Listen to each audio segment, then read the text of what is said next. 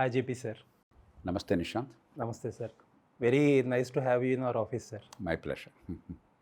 Sir, before going to anything, దేశం అంతా ఒక రకమైన కన్ఫ్యూజన్ నడుస్తుంది. లాస్ట్ 4-5 డేస్గా ప్రైమ్ మినిస్టర్ గారు he's giving some subtle warnings, hints అనుకోవచ్చు.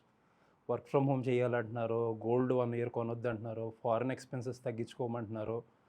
ఎకనామిస్ట్స్ అందరూ కూడా బ్రేస్ ఫర్ ఏ షాక్ అనో, టర్బ్యులెంట్ టైమ్స్ అనో చాలా పెద్ద పెద్ద పదాలు వాడుతున్నారు. అంటే ఏదో జరుగుతుందని సిటిజన్స్ అందరికీ తెలుసు, బట్ ఏం జరుగుతుందో తెలియదు. అంటే అందరూ ఇమాజినేషన్కి పని చెప్తున్నారు. అసలు ఏం జరుగుతుంది సార్ కంట్రీలో? ఇది మన లోకల్ ప్రాబ్లం కాదు నిశాంత్, మనందరికీ తెలుసు. ప్రపంచం మొత్తానికి ఉన్న సమస్య. 3 చూడండి మీరు. ఒకటేమో 20% ప్రపంచానికి కావలసినటువంటి ముడి చమురు, గ్యాసు ఆగిపోయింది. ఫిబ్రవరి 28న ఆగిపోయింది. మార్చి, ఏప్రిల్, మే సగానికి వచ్చాం. 2.5 నెలల పాటు. అందరూ ఏమో ఆశించారంటే, ఏం ఊహించారంటే, నేను కూడా ఎన్నోసార్లు చెప్పాను బహిరంగంగా, మా టీంలో కూడా కొందరికి ఎక్కువ కాలం పడుతుంది సార్ యుద్ధం ఆగడానికి. లేదా 15 రోజుల కంటే ఎక్కువ సాధ్యం కాదు, బాగుంటే 3-4 వారాలు, అంతకంటే ప్రపంచం తట్టుకోలేదు అని. ఎందుకంటే రెండో ప్రపంచ యుద్ధం తర్వాత ప్రపంచాన్ని ఎంత కుదిపేసిన యుద్ధం మరొకట్లేదు. ప్రత్యక్షంగా యుద్ధం వల్ల యుద్ధం చనిపోయిన వాళ్ళు కొంతమంది ఉన్నారు. ఎప్పుడో 2 కంట్రీస్ ఎఫెక్ట్ అవుతాయి. ఇప్పుడు యుక్రెయిన్ వారు కూడా కొద్ది కాలం పాటు యూరోప్లో కొంత ఎనర్జీ ప్రాబ్లం వచ్చిందని ప్రపంచం మొత్తాన్ని కుదిపేసిన పరిస్థితి లేదు.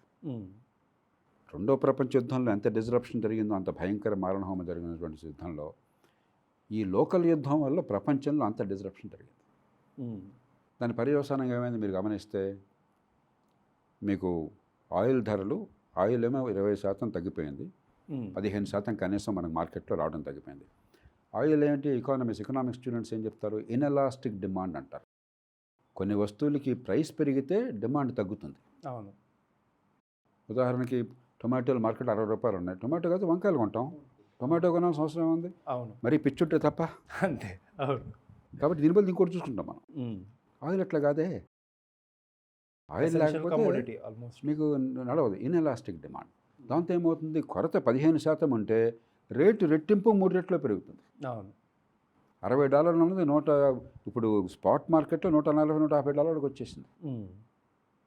దాంతో విదేశీ మరదలు మనం ఇండియాలో $5.5 మిలియన్ దిగుమతి, 5.5 మిలియన్ బ్యారెల్స్ దిగుమతి చేసుకుంటాం ప్రతిరోజు. బ్యారెల్కి $120 వేసుకోండి, రేపొద్దు ఇంకా పెరుగుతుంది. యాక్చువల్గా 120 వేసి 130 వేసుకోండి. అంటే సుమారుగా ఒక 700 మిలియన్ బ్యారెళ్ళు, $700 మిలియన్ రోజుకి మనం విదేశీ మరదలను ఇవ్వాల్సి వస్తుంది. 345 లెక్కేసినట్టయితే $250 బిలియన్ అయిపోతుంది ఒక్క ఆయిల్కి. ఒక ఆయిల్. బంగారం ధర ఏమైంది? గతంలోనే పెరగడం మొదలెట్టింది యుద్ధం రాకమనిపోయి. అవును. రెక్కలు వచ్చినాయి. గత సంవత్సరంలో బహుశా గత 40-50 ఏళ్ళలో పెరగనంత వేగంగా బంగారం ధర పెరిగింది. ఇవాళ 10 గ్రాములకి $1,50,000 అంటున్నారు, కాస్త అటు ఇటు. మన దేశంలో ఉన్నంత బంగారం డిమాండ్ ప్రపంచంలో ఎక్కడ లేదు. ఒక పక్కన నిరుపేద దేశమైనా కూడా కొన్ని అంకెలు తెలిస్తే అర్థమవుతుంది. ప్రపంచం మొత్తంలో చరిత్రలో ఇంతవరకు ఏంటి, మానవాళి పుట్టిన దగ్గర నుంచి కొన్ని వేల సంవత్సరాల నుంచి మనం భూమి నుంచి వెలికి తీసిన బంగారం మొత్తం కలిపితే 190,000 టన్నులు, 2 లక్షల టన్నుల మధ్య. ఓకే. భారతదేశంలో ఉన్న బంగారం, ఇంత పేద దేశంలో మన దగ్గర ఉన్న బంగారం 36,000 టన్నుల నుంచి 40,000 టన్నులు, క్లోజ్ టు 20%. అంటే ప్రపంచంలో ఏ దేశంలో మనలో సగం కూడా లేదు. అమెరికా మనకంటే చాలా గొప్ప దేశాలు, డబ్బున్న దేశాలు కదా, వాళ్ళు ఎవ్వరికీ మనలో సగం కూడా లేదు. మనకి సాంస్కృతికంగా పేద, ధనిక, గ్రామం, పట్టణం, హిందూ, ముసల్మాన్, క్రైస్తవ ఈ తేడాలు లేవు. బంగారం అంటే మోజు మన దేశంలోనే ఎక్కువ లేదు. ఉన్న బంగారం ఇంత ఉండటమే కాదు, దాదాపు ఏడాదికి 750 టన్నులు, కొన్నేళ్ల క్రితం 1000 టన్నులు దిగుమతి చేసుకున్నాం ఒక సంవత్సరంలో. ప్రతిరోజు కొత్తగా బంగారం డిమాండ్ పెరుగుతుంది. పిల్లలకు కావాలి, పేరెంటాలకు కావాలి, బర్త్డే రకరకాలు ఉంటున్నాయి. కాబట్టి ఉన్న బంగారాన్ని మనం సర్క్యులేట్ చేయకుండా మనం దిగుమతి చేసుకుంటున్నాం. గత సంవత్సరం 750 టన్నులు దిగుమతి చేసుకున్నాం. ప్రపంచం మొత్తంలో కొత్తగా ఉత్పత్తి అయ్యే బంగారం ఇటీవల కాలంలో 2,500-3,000 టన్నులు. దానిలో 25% భారతదేశం కొంటుంది. ప్రపంచం మొత్తం బంగారంలో, కొత్తగా ఉత్పత్తి అయ్యే బంగారంలో 20% భారతదేశం ఉంటుంది. ఈవేళ లెక్కల ప్రకారం, ఈవేళ బంగారం రేట్ ప్రకారం మీరు చూసినట్టయితే మన దేశంలో ఉన్న బంగారం మొత్తం కలిపితే $5.5 ట్రిలియన్ అవుతుంది. మన ఓకే. జాతీయ ఆదాయం $4 ట్రిలియన్ దానికంటే ఉంటే కూడా ఎక్కువ. ఇది 5.5, దానికి 40% ఎక్కువ ఉన్నది. మరి మార్కెట్లో ఈ రకంగా 750 టన్నులు 800 టన్నులు దిగుమతి చేసుకున్నట్టయితే మనకి 750 టన్నులు ఇంటూ 10 గ్రాములకు ₹1,50,000 అంటే 1 కిలోకి ఎంత అవుతుంది? 1,50,000 100తో హెచ్చించండి. 1,50,00,000. 1,50,00,000. కిలో 1,50,00,000, టన్నుకి ఎంత అవుతుంది? 1,500 కోట్లు. 1,500 కోట్లు ఇంటూ 800 టన్నులు 12 లక్షల టన్నులు. 12 లక్షల రూపాయలు, 12 లక్షల కోట్ల రూపాయలు. 12 లక్షల కోట్ల, 12 లక్షల కోట్ల రూపాయలు. అంటే ఇవాళ లెక్కల ప్రకారం ఒక 130 లేక 140 బిలియన్ డాలర్. మీరు విదేశీ మారక ద్రవ్యం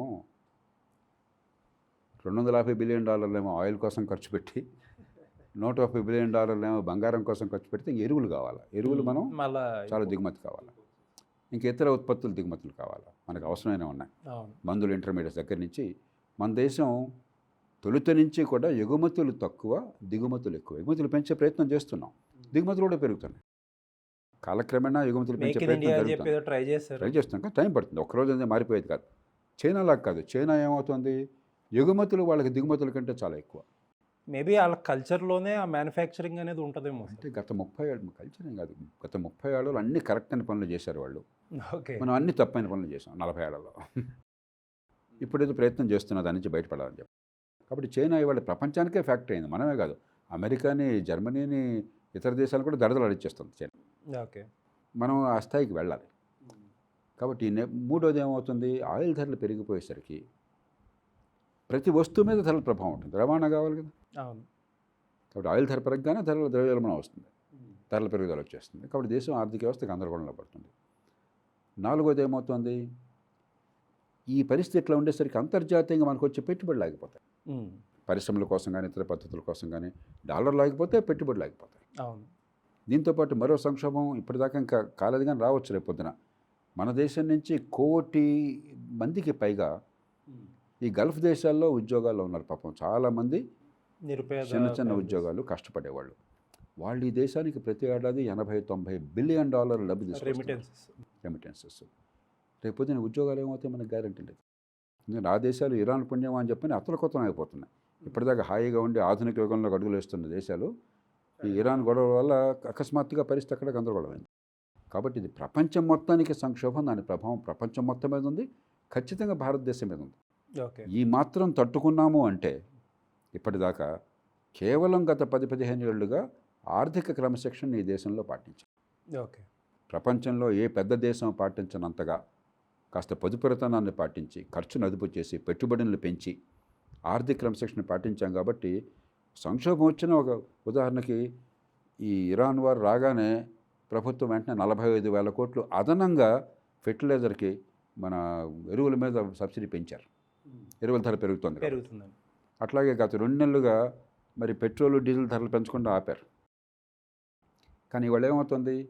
రోజుకి 1,000 కోట్ల రూపాయలు, రోజుకు 1,000 కోట్ల రూపాయలు కేవలం డీజిలు, పెట్రోలు, కుకింగ్ గ్యాస్, వీటి వల్ల నష్టపోతున్నాం.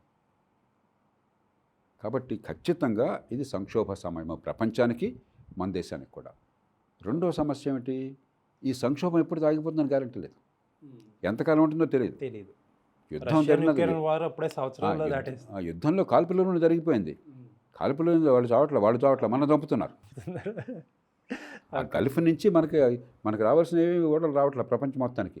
కాబట్టి వాళ్ళు కాల్పులు ఉండేనా లేదా మనకు అనవసరం, బాంబులు వేస్తున్నారు లేదా. కానీ ప్రపంచ ఆర్థిక వ్యవస్థ అంతా కుదేలైపోతాం, ఎంతకాలం అంటే తెలియదు. మూడోది, సరే అది కూడా ఆగిపోయింది అనుకుందాం, ఇదైతే రేపొద్దున ఆషామాషిగా రెస్టోర్ ఏదో స్విచ్ ఆఫ్ చేసి ఆన్ చేస్తే వచ్చేది కాదు. ఇది కుదుటపడడానికి కనీసం 7-8 నెలలు పడుతుంది. 2027 దాకా పడుతుంది. నాలుగోది, అంతా జరిగినా కూడా మళ్ళీ ఇంకోసారి జరగదని గ్యారెంటీ ఏంటి? ఇప్పటిదాకా అలాంటివి జరగల, కాబట్టి జరగదు అనుకున్నాం. ఇప్పుడు జరిగింది కదా, రేపు పొద్దున గల్ఫ్ ఆఫ్ హోర్ముజ్ జరగచ్చు, లేకపోతే గల్ఫ్ ఆఫ్ ఏడెన్ ఉంది, ఎర్ర సముద్రం దగ్గర నుంచి మన ఇండియన్ ఓషన్కి వచ్చేటువంటి దారి, దానికి రేపొద్దున హౌతీస్ ఎవడు ఆపొచ్చు, లేకపోతే మరో చోట ఇంకెవడని ఆపొచ్చు, ఎక్కడైనా జరగచ్చుగా. కాబట్టి భవిష్యత్తులో జరగకూడదని గ్యారెంటీ లేదు. కాబట్టి రేపు దానికోసం జాగ్రత్తలు తీసుకోవాలి. కాబట్టి 3 రకాలుగా ఇవాళ ఉన్నదానికి ఎదుర్కోవాలి. ఒకవేళ ఇది ఆగినా కూడా కొంతకాలం పాటు సంక్షోభం ఉంటుంది కాబట్టి తట్టుకోవాలి. రేపు పొద్దున మళ్ళీ రాదని గ్యారెంటీ లేదు కాబట్టి దానికోసం తయారు కావాలి. అవును. దేశం అంటే ఒక యుద్ధంలో దేశం ఉనికి ఆధారపడ్డ యుద్ధంలో దేశమంతా కలిసి ఎంత గట్టిగా నిలబడాలో అంత గట్టిగా నిలబడకపోతే మన పిల్లల భవిష్యత్తు మన చేతుల్లో నాశనం చేసుకున్నట్లే. అంటే ఒకప్పుడు war unites people like nothing అని అంటారు కదా, ప్రాబ్లం అలాంటి సిచ్యువేషన్ ఖచ్చితంగా ఇది యుద్ధం ఎంత ముఖ్యమైనదో దేశ భవిష్యత్తు కోసం ఇవాళ అంత ముఖ్యమైన పరిస్థితులు అంత సంక్షోభంలో మనం ఉన్నాం సార్. బట్ గవర్నమెంట్ జనాలకు అర్థమయ్యేలా చెబుతుందా, దీన్ని కమ్యూనికేషన్ కరెక్ట్గా ఉంటుందా అని మీరు అంటే ఏం చెప్తారు సార్? అంటే ప్రధానమంత్రి గారు నాకు నేను పత్రికల్లో చూసిన దాని ప్రకారం ప్రధానమంత్రి గారు చెప్తున్నారు మనం చెప్పిన మాట ఉంది.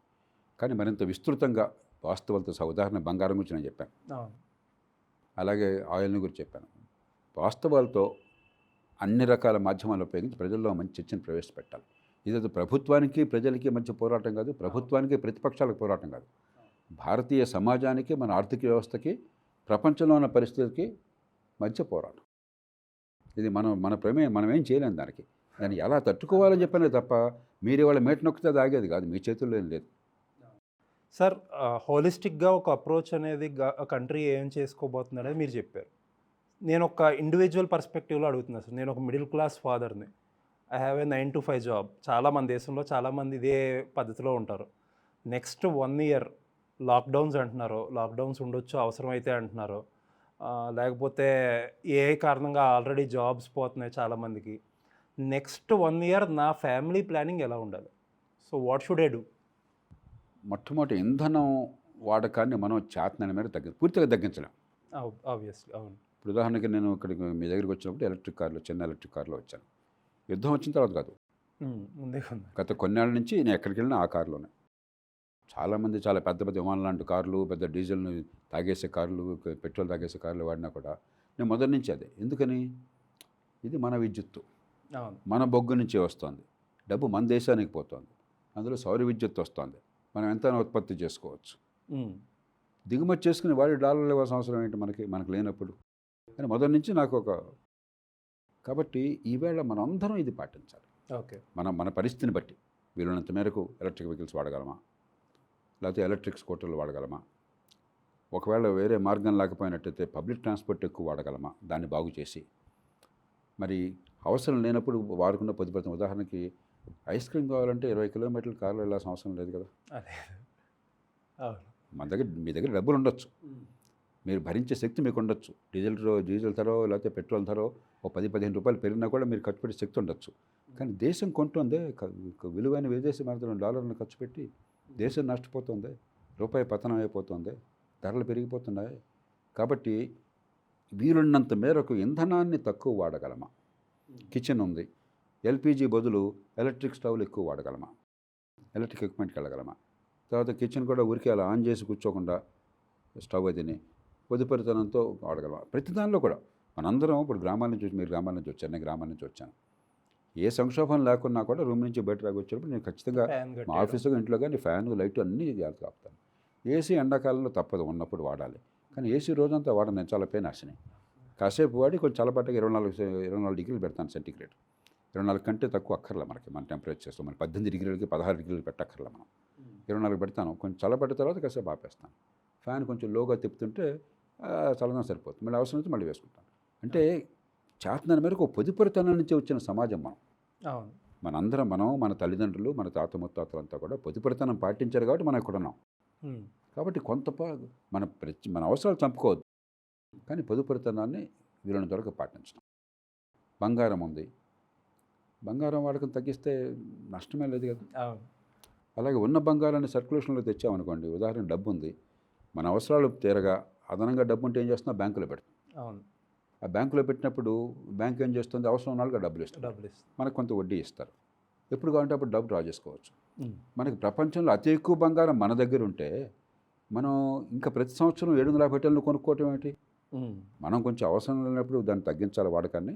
రెండోది ఉన్నదో సర్క్యులేట్ చేయాలి. ప్రభుత్వం కూడా ముందుకు రావాలి. ప్రభుత్వం ముందుకు వచ్చి మీ బంగారం మిమ్మల్ని ఏ ప్రశ్నలు అడగం. మీ దగ్గర ఉన్న బంగారం అంటే శతాబ్దాల పర్యంతం ఈ దేశంలో బంగారాన్ని దాచుకున్నారు. ఎందుకు ఎలా దాచుకున్నారు? పన్నులు కట్టారు, ఇవన్నీ నాకు అనవసరం. ఈ బంగారం ఇప్పుడు బ్యాంకులో పెట్టుకుంటే బ్యాంకులో డబ్బు పెట్టినట్టుగా అవసరం ఉన్న వాళ్ళకి ఆ బంగారం వెళ్తుంది. మీకు అవసరమైతే మీకు అప్పుడు డ్రా చేసుకోవచ్చు, కానీ దిగుమతి చేసుకోక్కర్లా విపరీతమైన ఖరీదుకి. సో ఇలాంటి ఏర్పాట్లు చేయటం. కాబట్టి ప్రతి రంగంలో అలాగే ప్రభుత్వం చేయాల్సిన పని, ఉదాహరణకి దీర్ఘకాలంలో సంవత్సరంలో చేయలేకపోయినా కూడా వ్యవసాయం మనకు బంగారం పండించవచ్చు. మన వ్యవసాయం నుంచి బయోగ్యాస్ కనుక ఉత్పత్తి చేసినట్టయితే, నేపియర్ గ్రాస్ అన్నది అలాంటిది ఉత్పత్తి చేసినట్టయితే నేపియర్ గ్రాస్, దాని నుంచి బయోగ్యాస్ సులభంగా తీయచ్చు. అది తీస్తే కేవలం 1,000,000 హెక్టేర్లు అంటే భారతదేశంలో ఉన్న వ్యవసాయ భూమిలో 1% కంటే తక్కువ భూమి కనుక మనం దీనికి ఉపయోగిస్తే అసలు మీకు ఎల్పిజి ఇంపోర్ట్ అక్కర్లా, జీరో ఇంపోర్ట్ చేయొచ్చు. దీని కాస్ట్ ఎంత ఉండొచ్చు సార్ ఈ 1,000,000 హెక్టర్స్కి? 16 మిలియన్ టన్నులు ఉత్పత్తి చేయగలం. ఓకే. రైతుకి ఎకరాకి 90,000 లక్ష రూపాయలు మీకు సరుకు అమ్ముకోవచ్చు. 20-30,000 ఖర్చు పైన 70-80,000 మిగులుతుంది రైతుకి ఎకరాకి. దేశం విదేశీ మారద్రవ్యం ఖర్చు పెట్టక్కర్లేదు, మన ఇంట్లో మనం వాడతాం. ప్రకృతిలో మనం భూమి నుంచి వెలికి తీసి కాల్చట్లేదు కాబట్టి ప్రకృతిలో ఉన్న కార్బన్ డైఆక్సైడ్ తీసుకుని మనం ఇది ఉత్పత్తి చేస్తున్నాం, దాన్ని మళ్ళీ ఉపయోగిస్తున్నాం ఎల్పిజి కింద. కాబట్టి ప్రకృతికి మంచిది, వ్యవసాయంలో రైతులకు ఆదాయం మంచిది, విదేశీ మారద్రవ్యం సేవ్ అవుతుంది. మనం ఏం చేస్తున్నాం ఇప్పుడు? బియ్యం ఉత్పత్తి చేసి మార్కెట్లో అవసరం లేని బియ్యం. ఒకప్పుడు బియ్యం ఎంత తినేవాళ్ళు, మీరు పశ్చిమ గోదావరి నుంచి వచ్చారు, మరి అన్నపూర్ణ కదా అది, ధాన్యాగారం కదా అది. మీకు తాడేపల్లి కూడా ఏషియా ఖండంలోనే రైస్ మార్కెట్ బిగ్గెస్ట్ మార్కెట్. ఒకప్పుడు ఇంత తినేవాళ్ళం, ఇప్పుడు ఇంత తింటున్నాం, అంతే కదా. ఉత్పత్తి మాత్రం ఇంత అవుతుంది. ఎక్కడ ఇరిగేషన్ వచ్చినా కూడా ఇంకా రైసే గొడవలోనే పాడైపోతుంది కదా సార్, గొడవలో పడైపోతుంది. ప్రపంచంలో అతి ఎక్కువ నిల్వ ఉండేది రైసు భారతదేశంలో. ఈ రైస్ని మనం రూపాయికి ఇస్తున్నాం. ఆ రూపాయికి వస్తే చాలా సందర్భాలు నిజాయితీగా మాట్లాడుకుందాం మనం. చాలా సందర్భాల్లో రూపాయలకు 10 రూపాయలకు మార్కెట్లో అమ్మేస్తున్నారు, ఇంటికి కూడా రాకుండా. రేషన్ అక్కడే అమ్మేసి వచ్చేస్తున్నారు. వాళ్ళు ఏం చేస్తున్నారు? ఆ కొన్న వాళ్ళు గడుచుతనంతో మళ్ళీ గవర్నమెంట్కి 25కు 30కి అమ్ముతున్నారు. మళ్ళీ మన పన్ను గవర్నమెంట్ అంటే నరేంద్ర మోదీ కాదు, లేకపోతే రేవంత్ రెడ్డి గారు కాదు, చంద్రబాబు నాయుడు గారు కాదు. గవర్నమెంట్ అంటే మన డబ్బు, మన పన్నుల డబ్బు, అది పోతుంది. లేకపోతే ఏం చేస్తున్నారు? ఇది నూకలను మరో పేరు చెప్పి సారాయి ఉత్పత్తి కోసం వదిలేస్తున్నారు. ఎవరు తిన్నట్టు ఈ డబ్బంతా? దానికి బదులు మనం కనుక రైస్ బదులు ప్రత్యామ్నాయంగా ఈ తీసుకొచ్చి అంతకంటే ఎక్కువ ఆదాయం తీసుకొస్తే గవర్నమెంట్కి ఖజానా నుంచి ఖర్చు తగ్గుతుంది, అన్ని రకాలుగా లాభం. కాబట్టి మనం ప్రభుత్వం కానీ ప్రజలం కానీ ఖచ్చితంగా దీన్ని తట్టుకోగలం. కానీ అర్జెంటుగా ఒకరోజు జరిగే పని కాదు, చిత్తశుద్ధితో మొదలెట్టాలి, దీన్ని తట్టుకోవాలి. నా దృష్టిలో ప్రధానమంత్రి గారు, ప్రభుత్వం, లేకపోతే ఇలాంటి మాటలు చెప్పేవాళ్ళు పార్టీలకు అత్యతంగా ఈ దృష్టిలో చెప్తున్నారు.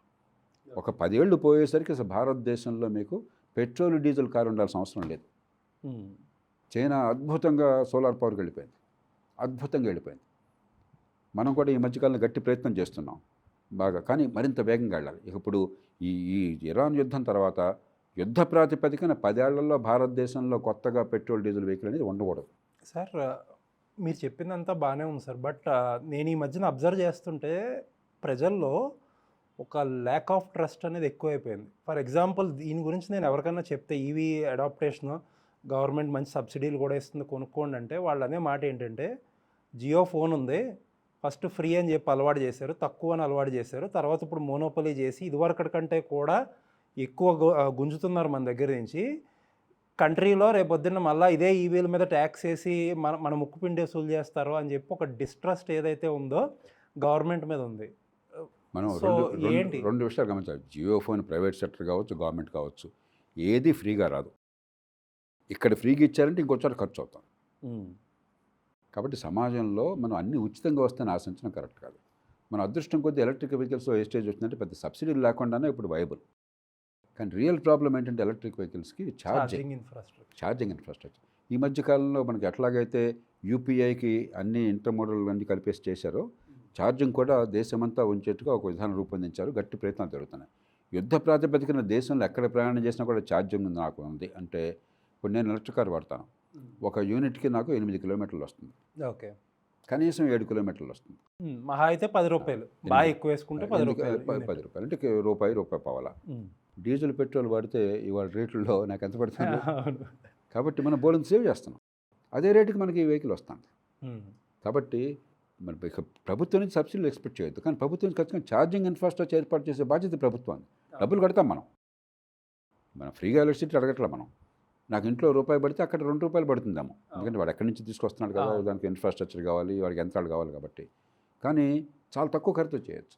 మనం కోరాల్సింది ప్రభుత్వ సబ్సిడీలు కాదు అలాంటి వాటికి. అన్ని ఏర్పాట్లు మీరు చేశారా, చేయకపోతే మీ తప్పు.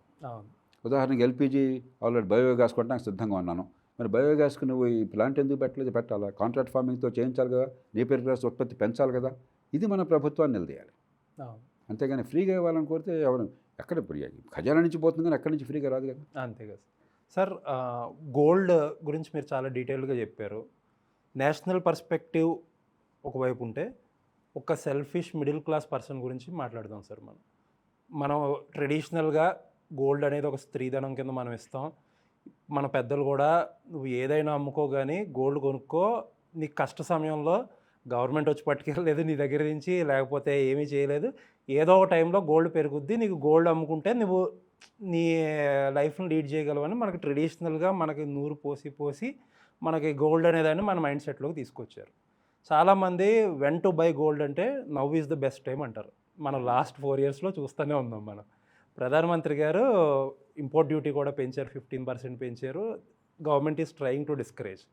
ఒక మిడిల్ క్లాస్ ఫాదర్కి మీరు నేషనల్ పర్స్పెక్టివ్గా, నీ పర్సనల్ పర్స్పెక్టివ్లో నువ్వు ఆగాలా వద్దా అనేది ఎలా చెప్తారు జేపీ గారు? ఈ రేట్లో కొనటం అసలు కరెక్ట్ కాదు. పీక్కి వచ్చాం మనం. ఏడాది క్రితం కొంటే మీరు అదృష్టవంతులు ఉండేవాళ్ళు. ఇలా కంటిన్యూస్ పెరుగుతుంది అనుకోబోకండి, చరిత్రలో ఎప్పుడు అలా జరగల. రెండోది, ఒక వ్యక్తిగా మీ దగ్గర పరిష్కారం దొరకకపోవచ్చు. ఒక వ్యవస్థగా నేను బంగారం అవసరమైతే పెళ్ళిళ్ళకు మధ్యనకు కొనొద్దని అంటలా. ఎట్లాగైతే బ్యాంకులో డబ్బులు పెట్టి అవసరం లేని వాళ్ళు అవసరం ఉన్న వాళ్ళకి వెళ్తుందో, బంగారం కూడా అవసరం లేని వాళ్ళు బ్యాంకులో పెడితే అక్కడి నుంచి బంగారం వచ్చే ఏర్పాటు జరిగితే దిగుమతి అవసరం ఉండదు. ఓకే.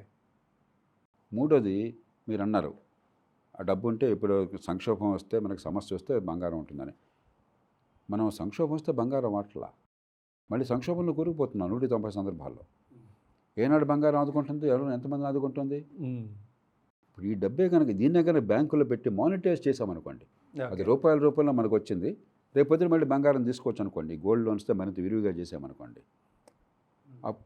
ఆ గోల్డ్ కనుక బిస్కెట్ లోపల ఇతర రూపాయలు అవసరం నాడికి వెళ్ళి ఏర్పాటు జరిగింది అనుకోండి, మన అవసరము తీరుతుంది, ఇతరులకు అవసరాన్ని బట్టి బంగారం పెడుతుంది, అవసరానికి బంగారం ఆదుకున్నది, మీకు పెట్టుబడి వస్తుంది sir. But sovereign gold bonds అని చెప్పి మన గవర్నమెంట్ ఒక అటెంప్ట్ చేసి దారుణంగా విఫలమైంది కదా. ఎందుకంటే చాలా కండిషన్లు పెట్టారు. మీరు ఇందాక అన్నారు, కొన్ని వేల సంవత్సరాలుగా బంగారాన్ని నమ్ముకున్న సమాజంలో, ప్రతి ఇంట్లో బంగారం ఉన్న సమాజంలో నీకు ఎప్పుడు వచ్చింది, ఎంత వచ్చింది, ఎట్లా వచ్చింది, పన్నులు కట్టావా, ఎవడు లెక్కలు చెప్పలేడు. ఆ చెప్పే కొద్ది మంది దాచుకున్నారు. కాబట్టి 20 టన్నులు 30 టన్నులు 40,000 టన్నులు మన దగ్గర ఉంటాం. ఎక్కడ 20 టన్నులు 30 టన్నులు 50 ఏం మాట్లాడుతున్నాం మనం? సముద్రంలో కాకిరెట్లు అంటే. అదే ఇందాక నేను చెప్పినట్టు గవర్నమెంట్ మీద డిస్ట్రస్ట్, గవర్నమెంట్ కూడా అలాగే ఉంటుంది. కాబట్టి గవర్నమెంట్ కానీ బ్యాంకులు కానీ ఏ ప్రశ్నలు అడగకుండా వ్యక్తులు కుటుంబాలు అయినట్టయితే నేరముఠాలు వగేరా కాకుండా కొన్ని ఏర్పాట్లు చేద్దాం. సంఘటిత నేరస్తులు మాఫియా వాళ్ళు వచ్చి ఈ రకంలో పెట్టి కేవైసీ రూల్స్తో ఫిల్టర్ చేయొచ్చు, కొన్ని ఫిల్టర్ చేసి ఇంకా నో క్వశ్చన్స్ ఆస్క్డ్ ఈ బంగారాన్ని మార్కెట్లో తీసుకొస్తే బంగారం దిగుమతి తగ్గుతుంది, బంగారం అవసరాన్ని తీర్చుకోవచ్చు, దిగుమతి తగ్గుతుంది. రెండోది, బంగారం మొత్తం కలిపి $5.5 ట్రిలియన్ ఉంటే విదేశాల నుంచో లేకపోతే దేశాల నుంచో మన పెట్టుబడులు కోరేది మరుగు సదుపాయాలకి పరిశ్రమలకి ఎంత 1-2-3 ట్రిలియన్ డాలర్లు. మన దగ్గర ఇంత బంగారం లిటరల్గా బంగారం ఉంటే మన బంగారాన్ని మనం అడుకోకుండా వాడి దగ్గర బాబు అడుక్కుపోవటం ఏంటి, రోజు డాలర్ ధర పెరిగిపోవటం ఏంటి, రూపాయి ధర పడిపోవటం ఏంటి, వాడు పెట్టుబడులు పెడతా లేదా వాడి ఇష్టం, మనం వాడిని కాళ్ళు పట్టుకోవటం ఏంటి. కాబట్టి ఇది ఒక వ్యక్తులు మాత్రం, వ్యక్తులు, సమాజం, ప్రభుత్వం కలిసి చేయాలి. ఇవాళ దీనిలో వ్యక్తిగతమైనది ఏమన్నా ఆలోచించకూడదు. నరేంద్ర మోదీ గారు చెప్పారా, రాహుల్ గాంధీ గారు చెప్పారా, లేకపోతే రేవంత్ రెడ్డి గారు చెప్పారా, చంద్రబాబు నాయుడు గారు చెప్పారా, కాదు. ఇది వాస్తవమా కాదా, మనకు పనికి వస్తున్నారు, మన కుటుంబాలకి, మన సమాజానికి, దేశానికి పనికి వస్తున్నారు కదా. ఆ రకంగా చూడకుండా ప్రతిదాన్ని రాజకీయ కళలో చూసి మీరు సూర్యుడు తూర్పును ఉదయించాలంటే నేను కాదు పశ్చిమాన నేనంటే ఇది కరెక్ట్ కాదు. ఒకప్పుడు అది అవేర్నెస్ అనుకునే వాళ్ళం సార్. ఇప్పుడు ఏంటంటే ఆ వితండవాదం అనేది ఎక్కువైపోయింది. సరైన పదం అంటారు వితండవాదం. మనకి గోదావరి జిల్లా ప్రాంతాలు వచ్చిన తాపి ధర్మారావు గారు ఇప్పుడు ఒక పుస్తకం రాస్తే టర్కీ రాజు కొడుకు ఏ వాదనలు వచ్చినా కూడా వాడు చివరికి ఏం చెప్పడానికి లేక టర్కీ రాజు కొడుకు దిలాడండి అంటాడు. దానికి చెప్పేదానికి సంబంధం ఉండదు. వితండవాదం. కొంచెం వితండవాదం చెప్పబడాలి. వాస్తవాల ఆధారంగా తార్కికంగా మన సంక్షేమము, మన సమాజ సంక్షేమము ఆలోచించకపోతే ప్రతిదానికి మా ఇంటికి వస్తే మాకేం తెస్తావు, మీ ఇంటికి వస్తే మాకేం ఇస్తావు అనుకున్నట్టయితే సమాజం నడవదు. దేశం ప్రభుత్వాలు పక్కన పెట్టండి, మన కుటుంబాలు నడవు. అన్నదమ్ముల మధ్య, అక్క చెల్లెళ్ళ మధ్య, ఆలుమగల మధ్య కూడా ఒక రెసిప్రాసిటీ, పరస్పర గౌరవము, నమ్మకము, రెసిప్రాసిటీ అలా లేకుండా ఉంటే దేశం నడవదు. ప్రభుత్వం అనేది ఎక్కడి నుంచో లేదు, మన ఓటు నుంచే వచ్చింది, మన పన్నులతో బతుకుతుంది. అంతే సార్. ఇప్పుడు ఆంధ్రప్రదేశ్లో ప్రభుత్వం 2 ఏళ్ళు పూర్తి చేసుకోబోతుంది. అక్కడ రేవంత్ రెడ్డి గారి ప్రభుత్వం 2.5 ఏళ్ళు, అంటే హాఫ్ ఆఫ్ ది టర్మ్ అవుతుంది. ఒక న్యూట్రల్ పర్స్పెక్టివ్లో ఒక మనిషి కావాలి ఒక అనాలిసిస్ చేయడానికని నేను ఫస్ట్ మిమ్మల్ని అప్రోచ్ అయింది. ఎలా ఉన్నాయి సార్ 2 ప్రభుత్వాలు, మీ ఒపీనియన్?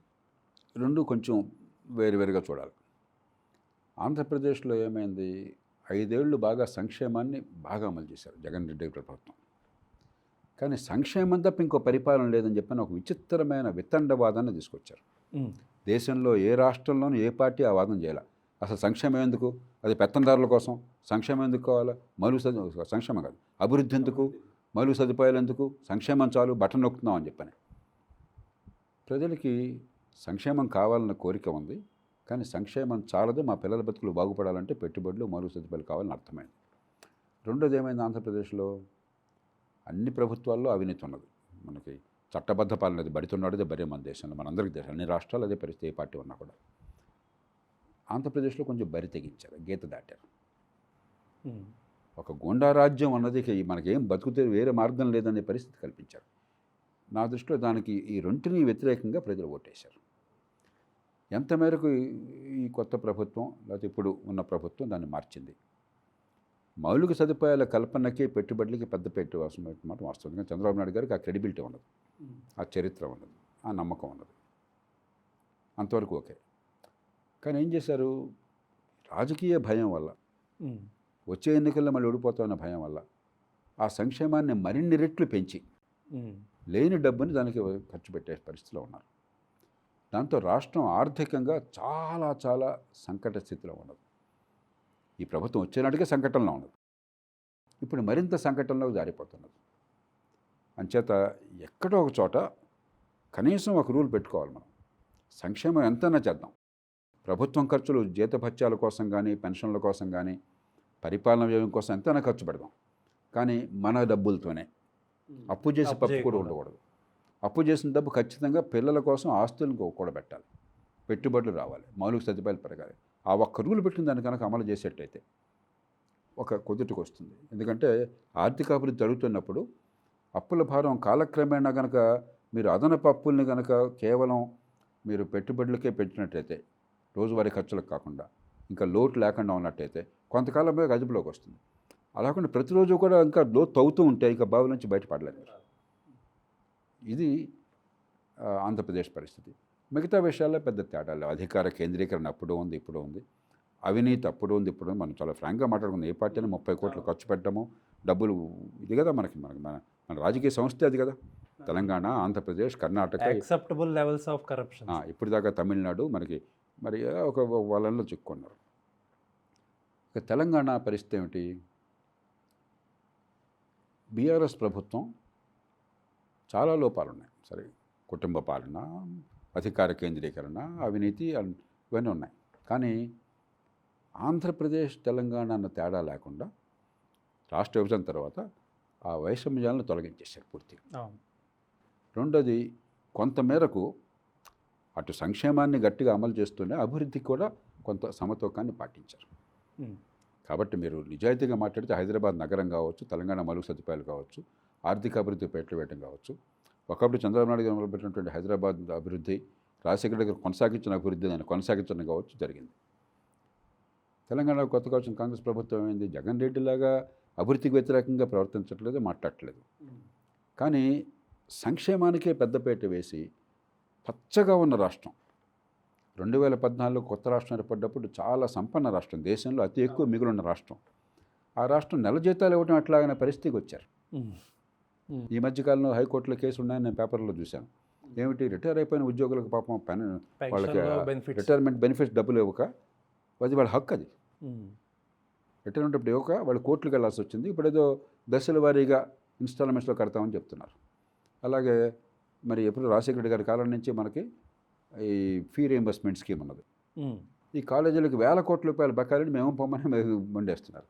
ఒక్క కాలేజీ మంచి ప్రమాణంలో ఉన్న కాలేజీ నాకు తెలుసు 150 కోట్లు 200 కోట్ల బకాయిలు ఒక్క కాలేజీగా ఉన్నారు. అలాగే ఆరోగ్యశ్రీ పథకం అంటే రాజశేఖర రెడ్డి గారు పెట్టారు, బాగా పాపులర్ స్కీము. దానికి హాస్పిటల్ కొన్ని 100 కోట్ల బకాయిలు ఉన్నారు. అరే ఉన్న పథకాలు అమలు చేయని పరిస్థితి వచ్చి జీతభత్యాలు లేకపోతే ఇవ్వలేని పరిస్థితి వచ్చి ఎంత సంకటం ఎందుకు తీసుకొచ్చారు రాష్ట్రాన్ని? కాబట్టి కొంచెం పునరాలోచించాలి. ఓటే పరమాత్మ, ఓటు కోసం భవిష్యత్తు నాశనం పర్లేదంటే భవిష్యత్తు ఈవేళ రేపులా అనిపిస్తుంది, రేపటికి వచ్చేసింది, భవిష్యత్తు వచ్చేసింది, మూల్యం చెల్లించాలి. ఇవి సమస్యలు. సార్ ఈ 2 సంవత్సరాలు అయిపోయింది ఆంధ్రప్రదేశ్లో ప్రభుత్వం ఏర్పడి. ఓటర్స్ చాలా ఎగ్జాంపులరీ తీర్పిచ్చారు. ఎందుకు ఎగ్జాంపులరీ అంటున్నానంటే ఫ్రీబీస్ని దాటి ఆలోచించడం అనేది ఓటర్స్ ఇంటలెక్ట్ అనుకోవాలి మనం. అట్లీస్ట్ మనలాంటి వాళ్ళందరూ అనుకోవాలి అది. బట్ ఇప్పటికీ కూడా ఓడిపోయిన పార్టీలు ఈవీఎంలో ట్యాంపరింగ్ అంటున్నారు. అసలు EVM tampering even Parakala Prabhakar లాంటి వాళ్ళు రాత్రి 8 నుంచి ఇన్ని ఓట్లు పడ్డాయి, 6 నుంచి పొద్దున్న వరకు తెల్లవారుజాము వరకు 50 లక్షల ఓట్లు పడిపోయినాయి, 60 లక్షల ఓట్లు పడిపోయినాయి, ఇవన్నీ ఈవీఎంలో ఛార్జింగ్లు తగ్గిపోయినాయి, ఫుల్ ఛార్జింగ్లు ఉన్నాయి, ఏవేవో మాట్లాడి ఈవీఎం ట్యాంపరింగ్ జరిగింది అని ఒక మాట అంటున్నారు. అసలు ఏంటి సార్, ఏం జరిగింది? ఈవీఎంలు ఇవన్నీ అసంబద్ధమైన వాదనలు. ఈ రాజకీయంలో చాలా లోపాలు ఉన్నాయని గట్టిగా 30 ఏళ్ళ నుంచి గొంతెత్తి ఘోషిస్తున్నవాడిని నేను.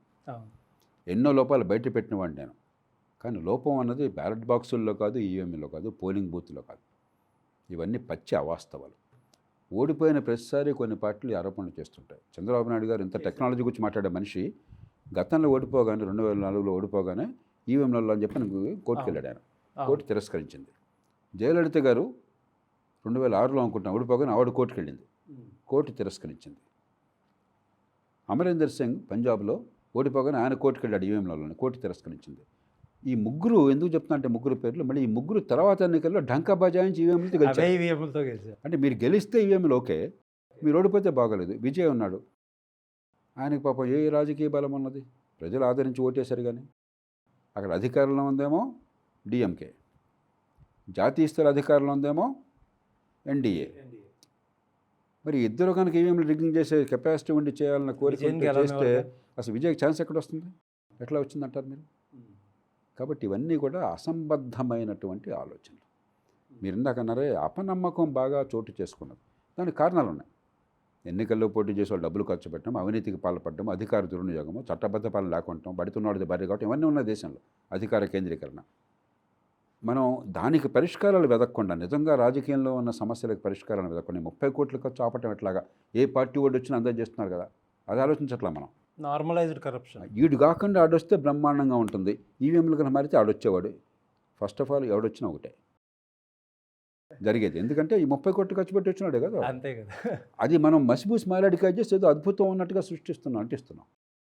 కానీ మనసు పెట్టి ఆలోచించే ఏ ఒక్కళ్ళకైనా సరే ప్రజాభిప్రాయం ఎట్లా ఉంది, ఓట్లు ఎట్టబడ్డ చూస్తే రెండు కూడా తెలుస్తుంది మనకు. సాయనిచ్చి ప్రతి ఎన్నికల్లో కూడా దేశంలో డబ్బున్న వాళ్ళైనా, సంపన్నులైనా, చదువుకున్న వాళ్ళైనా, చదువులైనా కూడా బ్రాడ్గా ప్రజాభిప్రాయము పడ్డ vote mood of the people అంటాం కదా, తెలుస్తుంది. అది దానికి అనుకూలంగా పడుతుంది తప్ప ప్రజాభిప్రాయానికి అతీతంగా పడ్డ ఓటు ఏమనంటే విజయ్కి పడ్డ ఓటు. అక్కడ ఉందని తెలియలే మనకు, ప్రజాభిప్రాయం మేబీ పార్టీలకు భయపడి మాట్లాడలేదు కానీ ఊపించాలి. అదర్వైజ్ అందరికీ తెలుసు ఏం జరుగుతుంది చెప్పినది.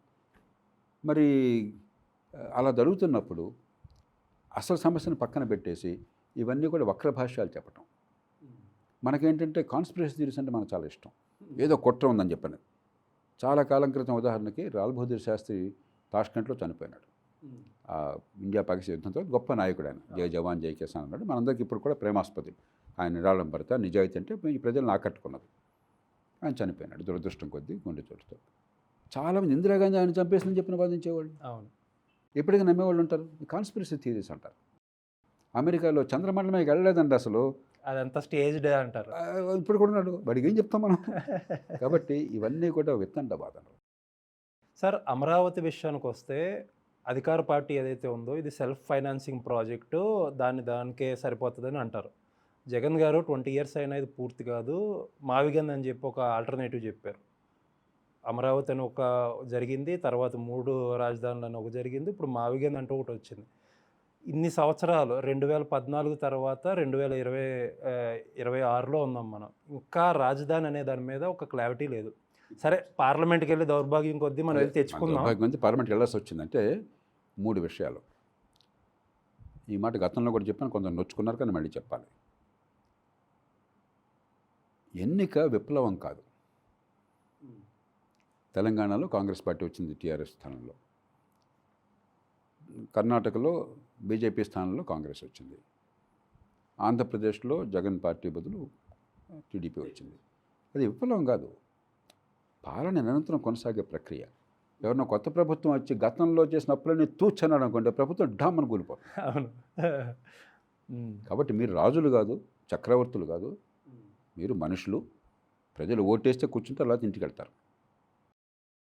అంచేత మౌలికమైన విధానాలు కొనసాగుతాయి, కొన్ని మార్చే ఉంటాయి. ఆర్థిక విధానాలు సందర్భాన్ని బట్టి కొన్ని మార్చచ్చు, దానిలో కూడా కొన్ని పరిధి లోపలే. అంతేగాని దేశాన్ని దివాళా దించి మార్చుతామని చెప్పంటే దేశం ఊరుకోదు. రాజధాని ప్రతిరోజు నిర్ణయం చేయడం ప్రపంచంలో ఎక్కడ జరగదు. ఒక తుగ్గలకు ఆ ప్రయత్నం చేసి, అందుకని వాడిని తుగ్గలకు అంటాం మనం. వాడిని గుర్తుంచుకుంటున్నది తుగ్గలకు అన్న పదం, వాడి పాపం వాడి పేరు అది, ఇంటి పేరు అది. అందుకోసం వాటిలో తుగ్గలకంటే పిచ్చి కదా అని చెప్పి అంటున్నాం మనం. ఒక పిచ్చి పాలన అంటున్నాం. ఎందుకు ఆ పేరు వచ్చింది? ఈ పనే చేశాడు వాడు. రాజధాని మార్చి ఢిల్లీ నుంచి దౌలతాబాద్ అన్నాడు, మరి దౌలతాబాద్ ఢిల్లీ అన్నాడు. తుగ్గలక పాలన. రాజధాని నిర్ణయం ఒకసారి జరిగిన తర్వాత చట్టబద్ధంగా దాన్ని మళ్ళీ కదలచారు. రేపొద్దున ఇంకోటి కలుస్తుంటే ప్రతి 3 నెలలు కలుస్తుంటారు రాజధాని. తమాషాగా ఉంది ఏమన్నా. రెండోది, ఇది రాజధాని సమస్య కాదు, అమరావతి నగర అభివృద్ధి. రాజధాని ఎట్లా కావాలి, ఎక్కడో చోట నిర్మాణం చేస్తారు, అయిపోయింది, తీసేయండి, పక్కన పెట్టండి. పార్లమెంటు చివరికి మీరు అన్నట్టుగా మన దౌర్భాగ్యం మధ్య పార్లమెంట్కి వెళ్ళాల్సి వచ్చింది. పార్లమెంట్ నిర్ణయం చేసింది, మళ్ళీ వెనక్కి వెళ్ళే సమస్య లేదు. అది పక్కన పెట్టేద్దాం. మనకు కావాల్సిన ఒక గ్రీన్ ఫీల్డ్ సిటీ. దేశంలో మీరు ఎక్కడ చూసినా, ఏ రాష్ట్రాన్ని చూసినా కూడా దాదాపు ప్రతి సంపన్న రాష్ట్రానికి ఒక మహానగరం అండగా ఉంది. కర్ణాటక బెంగళూరు, తెలంగాణకి హైదరాబాద్, తమిళనాడుకి చెన్నై, గుజరాత్కి అహ్మదాబాద్, మహారాష్ట్రకి ముంబై అండ్ పూణే. ఈ నగరాల వల్ల ఆర్థికాభివృద్ధి కానీ, కొత్త పెట్టుబడులు కానీ, ముఖ్యంగా గ్రీన్ ఫీల్డ్. హైదరాబాద్ సిటీ ఉందనుకోండి, హైదరాబాద్ ఎంసీహెచ్ హైదరాబాద్ ఎవరు రావట్లా. జీహెచ్ఎంసీ విస్తరించిన హైదరాబాద్కి గ్రీన్ ఫీల్డ్ వస్తున్నారు. పేరుకి హైదరాబాద్ అంటున్నాం. పుష్కలంగా భూములు ఉన్నాయి కాబట్టి చుట్టూ విస్తరించాము, ఓఆర్ఆర్ మంచి నిర్మాణం చేశాము, మంచి ఎయిర్పోర్ట్ కట్టుకున్నాము, ప్రామాణికమైనటువంటిది. పెట్టుబడులు వస్తున్నాయి. మీరు కొన్ని ప్రాంతాలకు వెళ్తే హైటెక్ సిటీలోనో లేకపోతే ఫైనాన్షియల్ డిస్ట్రిక్ట్లోనో, మీరు హైదరాబాద్లో ఉన్నారో, లండన్లో ఉన్నారో, టోక్యోలో ఉన్నారో మీకు తెలియదు. అవును. కాబట్టి గ్రీన్ ఫీల్డ్ సిటీ ఖచ్చితంగా అవసరం. మూడోది, గ్రీన్ ఫీల్డ్ సిటీకి ప్రభుత్వం చేసేది కొంతవరకు మౌలిక సదుపాయాల కల్పన, ప్రాపర్ టౌన్ ప్లానింగ్ ఒక విషయం. మిగతాంతా ప్రైవేట్ సెక్టర్. సార్ బట్ 2 లక్షల కోట్లు పెట్టాలి, మీరు 20 సంవత్సరాలైనా చేయలేరు. ఇప్పుడు గ్రీన్ ఫీల్డ్ సిటీ హైదరాబాద్ 2 లక్షల కోట్ల పైన వచ్చుంటుంది. ప్రభుత్వం పెట్టిందా ఇది? ప్రభుత్వం ఒక రింగ్ రోడ్ ఏర్పాటు చేసింది, ఒక ఎయిర్పోర్ట్ ప్రైవేట్ సెక్టర్ ఏర్పాటు చేస్తే మీరు దానికి సాయం చేశారు, మీరు దానికి దోహదం చేశారు, మీరు కొంత మౌలిక సదుపాయాల కోసం కొంత ఖర్చు పెట్టారు, మిగతా అంతా సమాజం తెచ్చుకుంటుంది. కాబట్టి గ్రీన్ ఫీల్డ్ డెవలప్మెంట్ అని భావంగా ఆలోచించాలి. ప్రైవేట్ పెట్టుబడి 190 పాళ్ళు వస్తుంది, 10 పాళ్ళు మీరు పెట్టినట్టయితే. చిన్న గ్రామాలు మీరు రోడ్ మీద వెళ్తుంటే చిన్న చిన్న టౌన్లో కూడా రియల్ ఎస్టేట్ డెవలప్మెంట్ వస్తుంది. ప్రైవేట్ సెక్టర్ పెట్టిందా, పబ్లిక్ సెక్టర్ గవర్నమెంట్ పెట్టిందా? మీరు రోడ్డు వేస్తే వాడు వచ్చేస్తారు అక్కడ. అవును. బట్ ఆల్రెడీ అభివృద్ధి అయిపోయిన విజయవాడకో, వైజాగ్కో, లేకపోతే ఇంకొక చోటకో పేరు మార్చేస్తే సింపుల్ కదా, మనం ఇంకేం డెవలప్ చేయకూడదు కదా, ఒక డెవలప్డ్ క్యాపిటల్ వచ్చేస్తుంది. కాలా విజయవాడ వైజాగ్ అభివృద్ధి చెందనుకున్నాం కాదా? కాలా హైదరాబాద్ అభివృద్ధి చెందనుకున్నాం కాలా. అందుకని హైదరాబాదులో విస్తరించిన హైదరాబాద్ గ్రీన్ ఫీల్డ్ సిటీ అభివృద్ధి దోహదం చేసింది, కానీ ఎంసీహెచ్ అభివృద్ధి దోహదం చేయలే. ఇది మర్చిపోతున్నారు. విజయవాడ, గుంటూరు గొప్ప పట్టణాలు నగరాలుగా మనం అనుకుంటాం. నేను ఎక్కడ పెరిగాను ఆ ప్రాంతాల్లో అనుకుంటాం, కానీ ఆధునిక అవసరాలు తగ్గినట్టుగా గ్రీన్ ఫీల్డ్ సిటీగా లేదు అక్కడ. ఇక మావిగానే మరొకటి ఏమైనా మాటలు తప్ప, అది రీజనల్ డెవలప్మెంట్. ఎలాగో రీజనల్ డెవలప్మెంట్ అథారిటీ ఒకటి ఉంది కదా. మెట్రోపాలిటన్ డెవలప్మెంట్ అథారిటీ అంటే రీజనల్ డెవలప్మెంట్ అథారిటీ అంటున్నాం. రీజనల్ డెవలప్మెంట్ అని చెప్పంటే green field city, green field city భాగంగా రీజనల్ డెవలప్మెంట్ వస్తుంది. అంతేగాని ఇవన్నీ ఏంటంటే ఎడ్డమంటే తెడ్డం, ఇది అన్నారు కాబట్టి దాన్ని వ్యతిరేకం చేయాలని. మావిగానే అంటే మీరు చెప్పేది అదే కదా, మచిలీపట్నం, గుంటూరు, విజయవాడ ఆ ప్రాంతంలో అభివృద్ధి అయ్యేది ఇప్పుడు దీని గ్రీన్ ఫీల్డ్ సిటీ పేరుతో. కాబట్టి దీనిలో ఏం లేదు, ఊరికే ఏదో ఒక మాట అనేసి హడావడి చేయటం అంతే. చేయాల్సిన సమస్యలు చాలా ఉన్నాయి. మంచి ప్రమాణాల విద్య ఆంధ్రప్రదేశ్ అంతలో, తెలంగాణ అంటలేదు. డబ్బులు వేల కోట్ల రూపాయలు ప్రభుత్వాలు ఖర్చు పెడుతున్నా, ప్రైవేట్ రంగంలో మీలాంటి నాలాంటి తల్లిదండ్రులు, తాతలు లక్షల రూపాయల ఫీజులు కడుతున్నా పిల్లలకి మంచి విద్య అందట్లేదు, మంచి ఆరోగ్యం అందట్లేదు, జేబులో ఖర్చులు ఒకసారి మీకు ఇన్సూరెన్స్ మరొకటి లేకపోతే గుండె పగిలిపోతుంది. మీకు హైదరాబాద్లో ట్రాఫిక్ పరమ చండాలంగా ఉంది, అధ్వానంగా ఉంది, పొల్యూషన్, ట్రాఫిక్ నరకంగా ఉంది. నాకు ప్రస్తుతం పాషాకోట్లో ఉన్న ముఖ్యమంత్రి నివాస కార్యాలయం దగ్గరలో నాకు మంచినీళ్ళు చాలా సమస్యగా ఉంది. మంచినీళ్ళు నిజంగా సమస్యగా ఉంది నాకు. ఇప్పుడు ముఖ్యమంత్రి గారు ఉన్న ప్రాక్సిమిటీ దానికి 100 మీటర్ల దూరంలో ఉన్నాను నేను. రోడ్లు ఎట్లా ఉన్నాయంటే హైదరాబాద్లో వర్షం కురిస్తే వరదలు వస్తాయి. చాలాసార్లు మంచినీళ్ళు మురుగునీళ్ళు కలిసిపోతున్నాయి. రోడ్డు మీద మీరు ప్రయాణం చేస్తుంటే ఎన్నిసార్లు మీరు సూవేజ్ ఫ్లో చూడలేదు రోడ్డు మీద? అవును. ఇవి నిజమైన సమస్యలు. అధికార కేంద్రీకరణ, చట్టబద్ధ పాలన లేకపోవటం, దాని మీద దృష్టి పెట్టకుండా మన సమస్య అంతా అమరావతిని ఆపటం ఎట్లాగా, మరో మాట చెప్పటం ఎట్లాగా, వాడిని తిట్టిపోవటం ఎట్లాగా. ఈ దేశంలో సమస్యలు చాలా ఉన్నాయి. ఏదో పూర్వకాలంలాగా ఆ రాజు ఈ రాజు తన్నుకు చచ్చి వీడు వాడిని వాడిని చంపటం కాదు. మీరు ఓటేస్తే మీరు కూర్చుంటారు, మీరు దింపేస్తే అక్కడ ఎవరిని ఊహించారా మీకు తమిళనాడులో విజయ్ వస్తాడని చెప్పని? అప్పటిదాకా డిఎంకే ఏడిఎంకే అసలు మన తప్ప ఇంకా దేశానికి ఎవరు రాజులు తరాదులు అయిపోయినారు. కాబట్టి మీలో గొప్పతనం ఏం లేదు, అహంకారం వద్దు, కొంచెం ఒళ్ళు దగ్గర పెట్టుకుని నమ్రతతో దీర్ఘకాల దృక్పథంతో కంటిన్యూటీ ఎవరున్నా సరే కొంచెం కనీసం సంస్కారం. విజయ్ ఏం చేశాడు రాగానే ఆయన ఇతర పార్టీల నాయకులు ప్రపంచం అంతా దేశం అంతా ఎంత మెచ్చుకున్నది. ఆ నమ్రత, ఈ అహంకారం వదిలేసి ఈ నోటుకొచ్చిన రాజకీయ నాయకులు కత్తులతో పొడుచుకునే దుడుకు రాజకీయం వదిలేసి మూర్ఖపు రాజకీయం వదిలేసి కాస్తంత నమ్రత, కాస్త వినమ్రం, కాస్త స్నేహభావం, కాస్త చిరునవ్వు ఉంటే ప్రజలు సంతోషిస్తారు. సార్, వైజాగ్ స్టీల్ ప్లాంట్ అనేది ప్రతి ఒక్కళ్ళు ఒక ఎమోషనల్ సబ్జెక్ట్ లాగే చూస్తున్నారు. Vizag steel plant financially not viable అని కొంతమంది అంటున్నారు. దానికి కౌంటర్గా ఫైనాన్షియల్లీ వేయబుల్ అని చెప్పాల్సింది పోయి అందరూ ఆంధ్ర హక్కు అది ఇది అని చెప్తున్నారు. అసలు వైజాగ్ స్టీల్ ప్లాంట్ అనేది దాన్ని ఎలా చూడాలి? ఒక ఫైనాన్షియల్ ఇన్స్ట్రుమెంట్ కింద చూడాలా, లేకపోతే ఎమోషనల్ దాని గురించి చూడాలా? అదే సస్టైన్ అవ్వగలదా? దానిలో ఎమోషన్ ఏముందండి? ఒక స్టీల్ ప్లాంట్ కట్టుకున్నారు, నాకు కావాల్సిందేంటి? స్టీల్ ప్లాంటా స్టీలా? నేను ఒక పౌరుణ్ణి, నాకు సరసమైన ధరకి మంచి క్వాలిటీ ఉన్న స్టీలు సులభంగా దొరుకుతుందా లేదా, అది కదా నాకు కావాల్సింది. స్టీల్ ప్లాంట్ కట్టానని చెప్పి నాకు స్టీల్ ధర 10 రెట్లు పెంచేస్తే, స్టీల్ క్వాలిటీ 10వ వంతు పడిపోతే నా తలకాయ తింటుంటే నాకేం సంతోషం? అందుకే డంగ్ షాపింగ్ అన్నాడు, పిల్లి నల్లదా తెల్లదా నీకు అనవసరం, పిల్లి రంగు నీకు ఎందుకయ్యా, పిల్లి ఎలుకల్ని పట్టాలా, ఎలుకల్ని పడుతుందో లేదు చూడు. ఒక్క మన దేశంలోనే ఇంకా ఈ 2026లో ఈ పిచ్చి చర్చలు ఈ విధంగా ఇవి జరుగుతున్నాయి. మైసూరులో సోప్ ఫ్యాక్టరీ గవర్నమెంట్ నడుపుతుంది, సిగ్గుందా అండి? సోప్ గవర్నమెంట్ నడపకపోతే మిగతా వాళ్ళు చేత కదా, మీరు నడపాలనా? దానికి డ్రామా ఆడాలనా? గతంలో మోడర్న్ బ్రెడ్ అని చెప్పి ఒక ఫ్యాక్టరీ గవర్నమెంట్ నడిపింది, బ్రెడ్ రొట్టె ఆడు ఉత్పత్తి చేయాలన్నా మన అమ్మమ్మ చేస్తుంది ఇంట్లో. రేపొద్దున పచ్చళ్ళు గవర్నమెంట్ పెడతానంటాడు, ఆడు పెట్టాలనా? ఇదే మన జరిగేది. అదే ఫోన్లు గవర్నమెంటే అన్నారు, ఏం జరిగిందో చూసాం కదా మన నిర్వాహకం. మనం నేను ముఖ్యమంత్రి కార్యాలయంలో ఉండగా నాకు ఫోన్లు వచ్చాయి, సార్ ఏపీ స్కూటర్స్ అని కంపెనీ పెట్టారు, స్కూటర్లు ఉత్పత్తి చేస్తాం. 4 రోజులు స్కూటర్లు దొరికాయి కాదు, అంతా లైసెన్స్ రాజ్యం. మేము గవర్నమెంట్ కదా అని నమ్మాము, 2000 రూపాయలు డిపాజిట్ కట్టాము, డబ్బులు తిరిగి ఇప్పించాను సార్. నాకు సిగ్గేసింది, ముఖ్యమంత్రి కార్యాలయంలో ఆధునిక యుగంలో 2000 రూపాయలు ఇవ్వలేదని చెప్పని ఫిర్యాదులు చేస్తుంటే నేను ఎంత నాకు తల కొట్టేసినట్టయింది. ఇదే ప్రభుత్వం పని? అరే చట్టబద్ధ పాలన ఇవ్వవు, మౌలిక సదుపాయాలు లేవు, మంచినీళ్ళు అందించవు, మురుగునీటి పారుదల లేదు, కోర్టుల్లో న్యాయం దొరకదు, పోలీస్ స్టేషన్లో పురుగుల్లాగా చూస్తారు, గవర్నమెంట్ ఆఫీస్లో ఎవరితో మాట్లాడుతున్నావో తెలుసా అంటాడు, స్కూల్కి వెళ్తే చదువు అందదు, 1000 కోట్లు ఖర్చు పెడుతున్నా, డబ్బులు విపరీతం ఖర్చు పెట్టి ప్రైవేట్ స్కూల్కి వెళ్తే అక్కడ చదువు సరిగ్గా అందట్లేదు, చాలా సందర్భాల్లో మంచి ఆరోగ్యం లేదు, నువ్వు చేయాల్సిన పనులు ఒక్కటి చేయకుండా గోండాల మీద నియంత్రణ లేకుండా నీకెందుకయ్యా స్టీల్, నీకెందుకు అసలు, ఎవడు చేయమన్నాడు? నాకు కావాల్సిన స్టీల్ కావాలి, నాకు స్టీల్ ప్లాంట్లో ఎమోషన్ ఏంటి? నాకు తెలుసు చాలామంది నన్ను తిడతారని చెప్పాను, ఎందుకంటే మన దేశంలో ఏ రకమైనటువంటి ముందు చూపు ఆలోచన లేకుండా, తర్కం లేకుండా కుతర్కంగా ఎమోషన్తో మాట్లాడడం అలవాటైంది.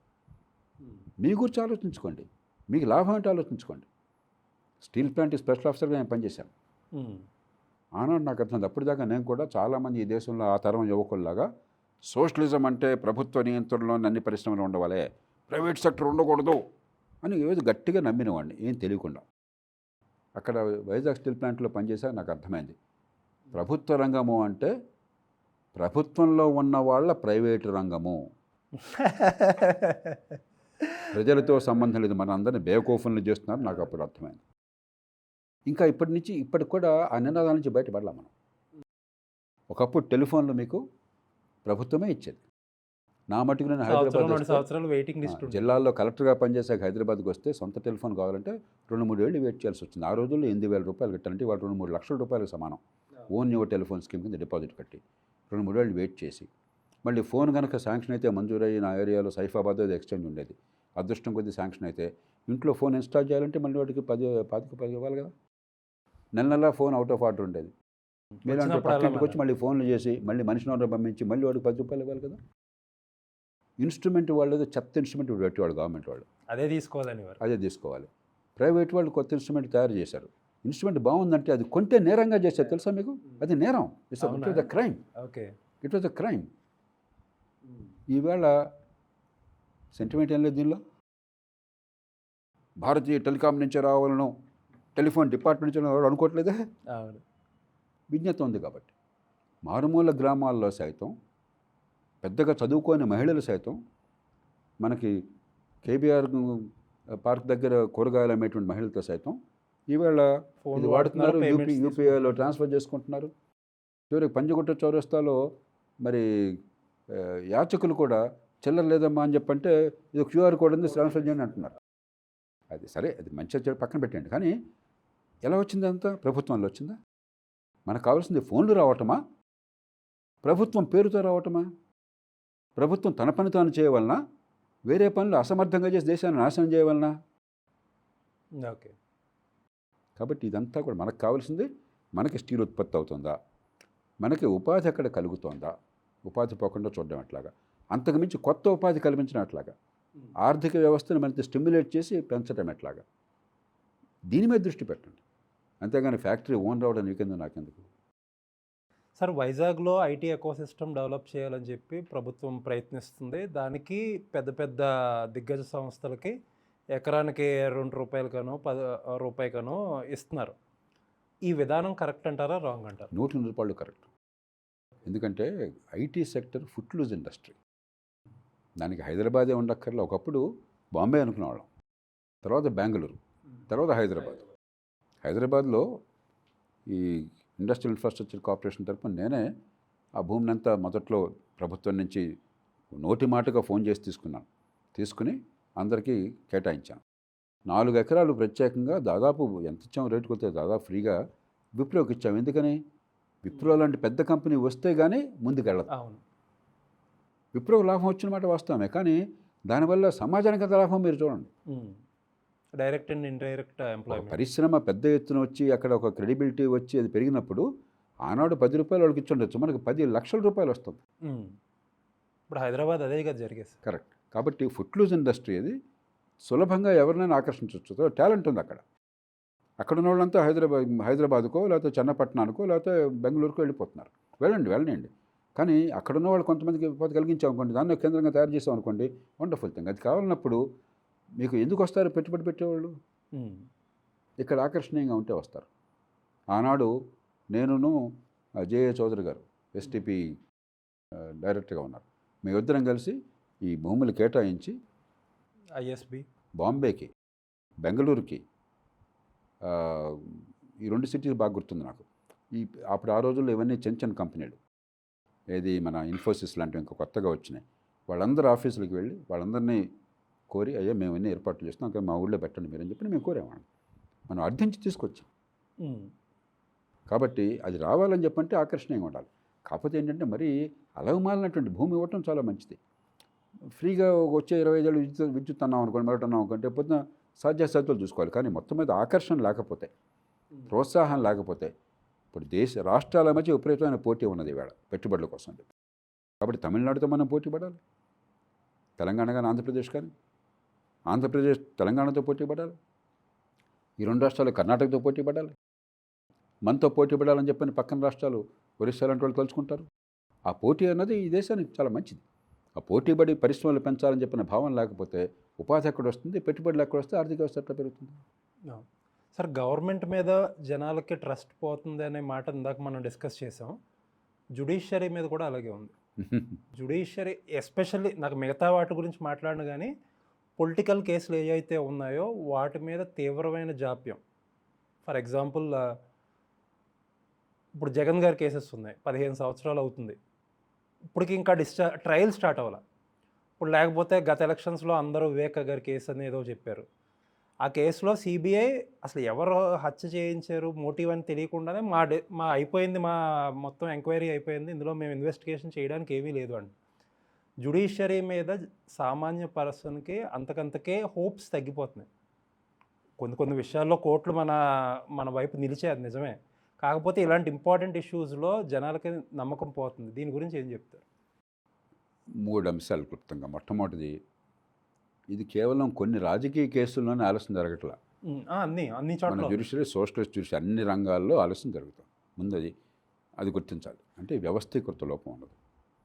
రెండోది, ఒకప్పుడు స్వతంత్రం వచ్చిన కొత్తలో స్వతంత్ర పోరాటంలో త్యాగధనులు పోరాడారు కాబట్టి అన్ని రాష్ట్రాల్లో కూడా అద్భుతమైన నాయకులు వచ్చారు, త్యాగాలు చేసిన వాళ్ళు. అందులో మహాత్మా గాంధీ ఒక నైతికమైనటువంటి అనితర సాధ్యమైన నాయకత్వాన్ని ఇవ్వబట్టి ఆ రోజు వాళ్ళ ప్రవర్తన అంతా త్యాగాలు చేయటము, దేశం కోసం అన్ని కోల్పోవటం, అది ఉన్నారు. ఒక తరం కాలం పాటు రాజకీయంలో ఉన్న వాళ్ళని విపరీతంగా జనం నమ్మారు.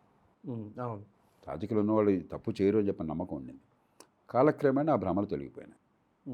ఆ రోజుల్లో ఆ భ్రమలు తొలగాక అధికార యంత్రాంగాన్ని నమ్మేవాళ్ళు. అసెంబ్లీలో ఏమైనా డిస్కషన్ జరిగితే ఏమైనా సంక్షోభం వస్తే ముఖ్యమంత్రి గారు ఏం చెప్పక్కర్లా, ఐఏఎస్ ఆఫీసర్తో ఎంక్వైరీ చేస్తానంటే అందరూ సద్దుమడిపోయేది. కాలక్రమేణా ఆ భ్రమలు కూడా పోయినాయి.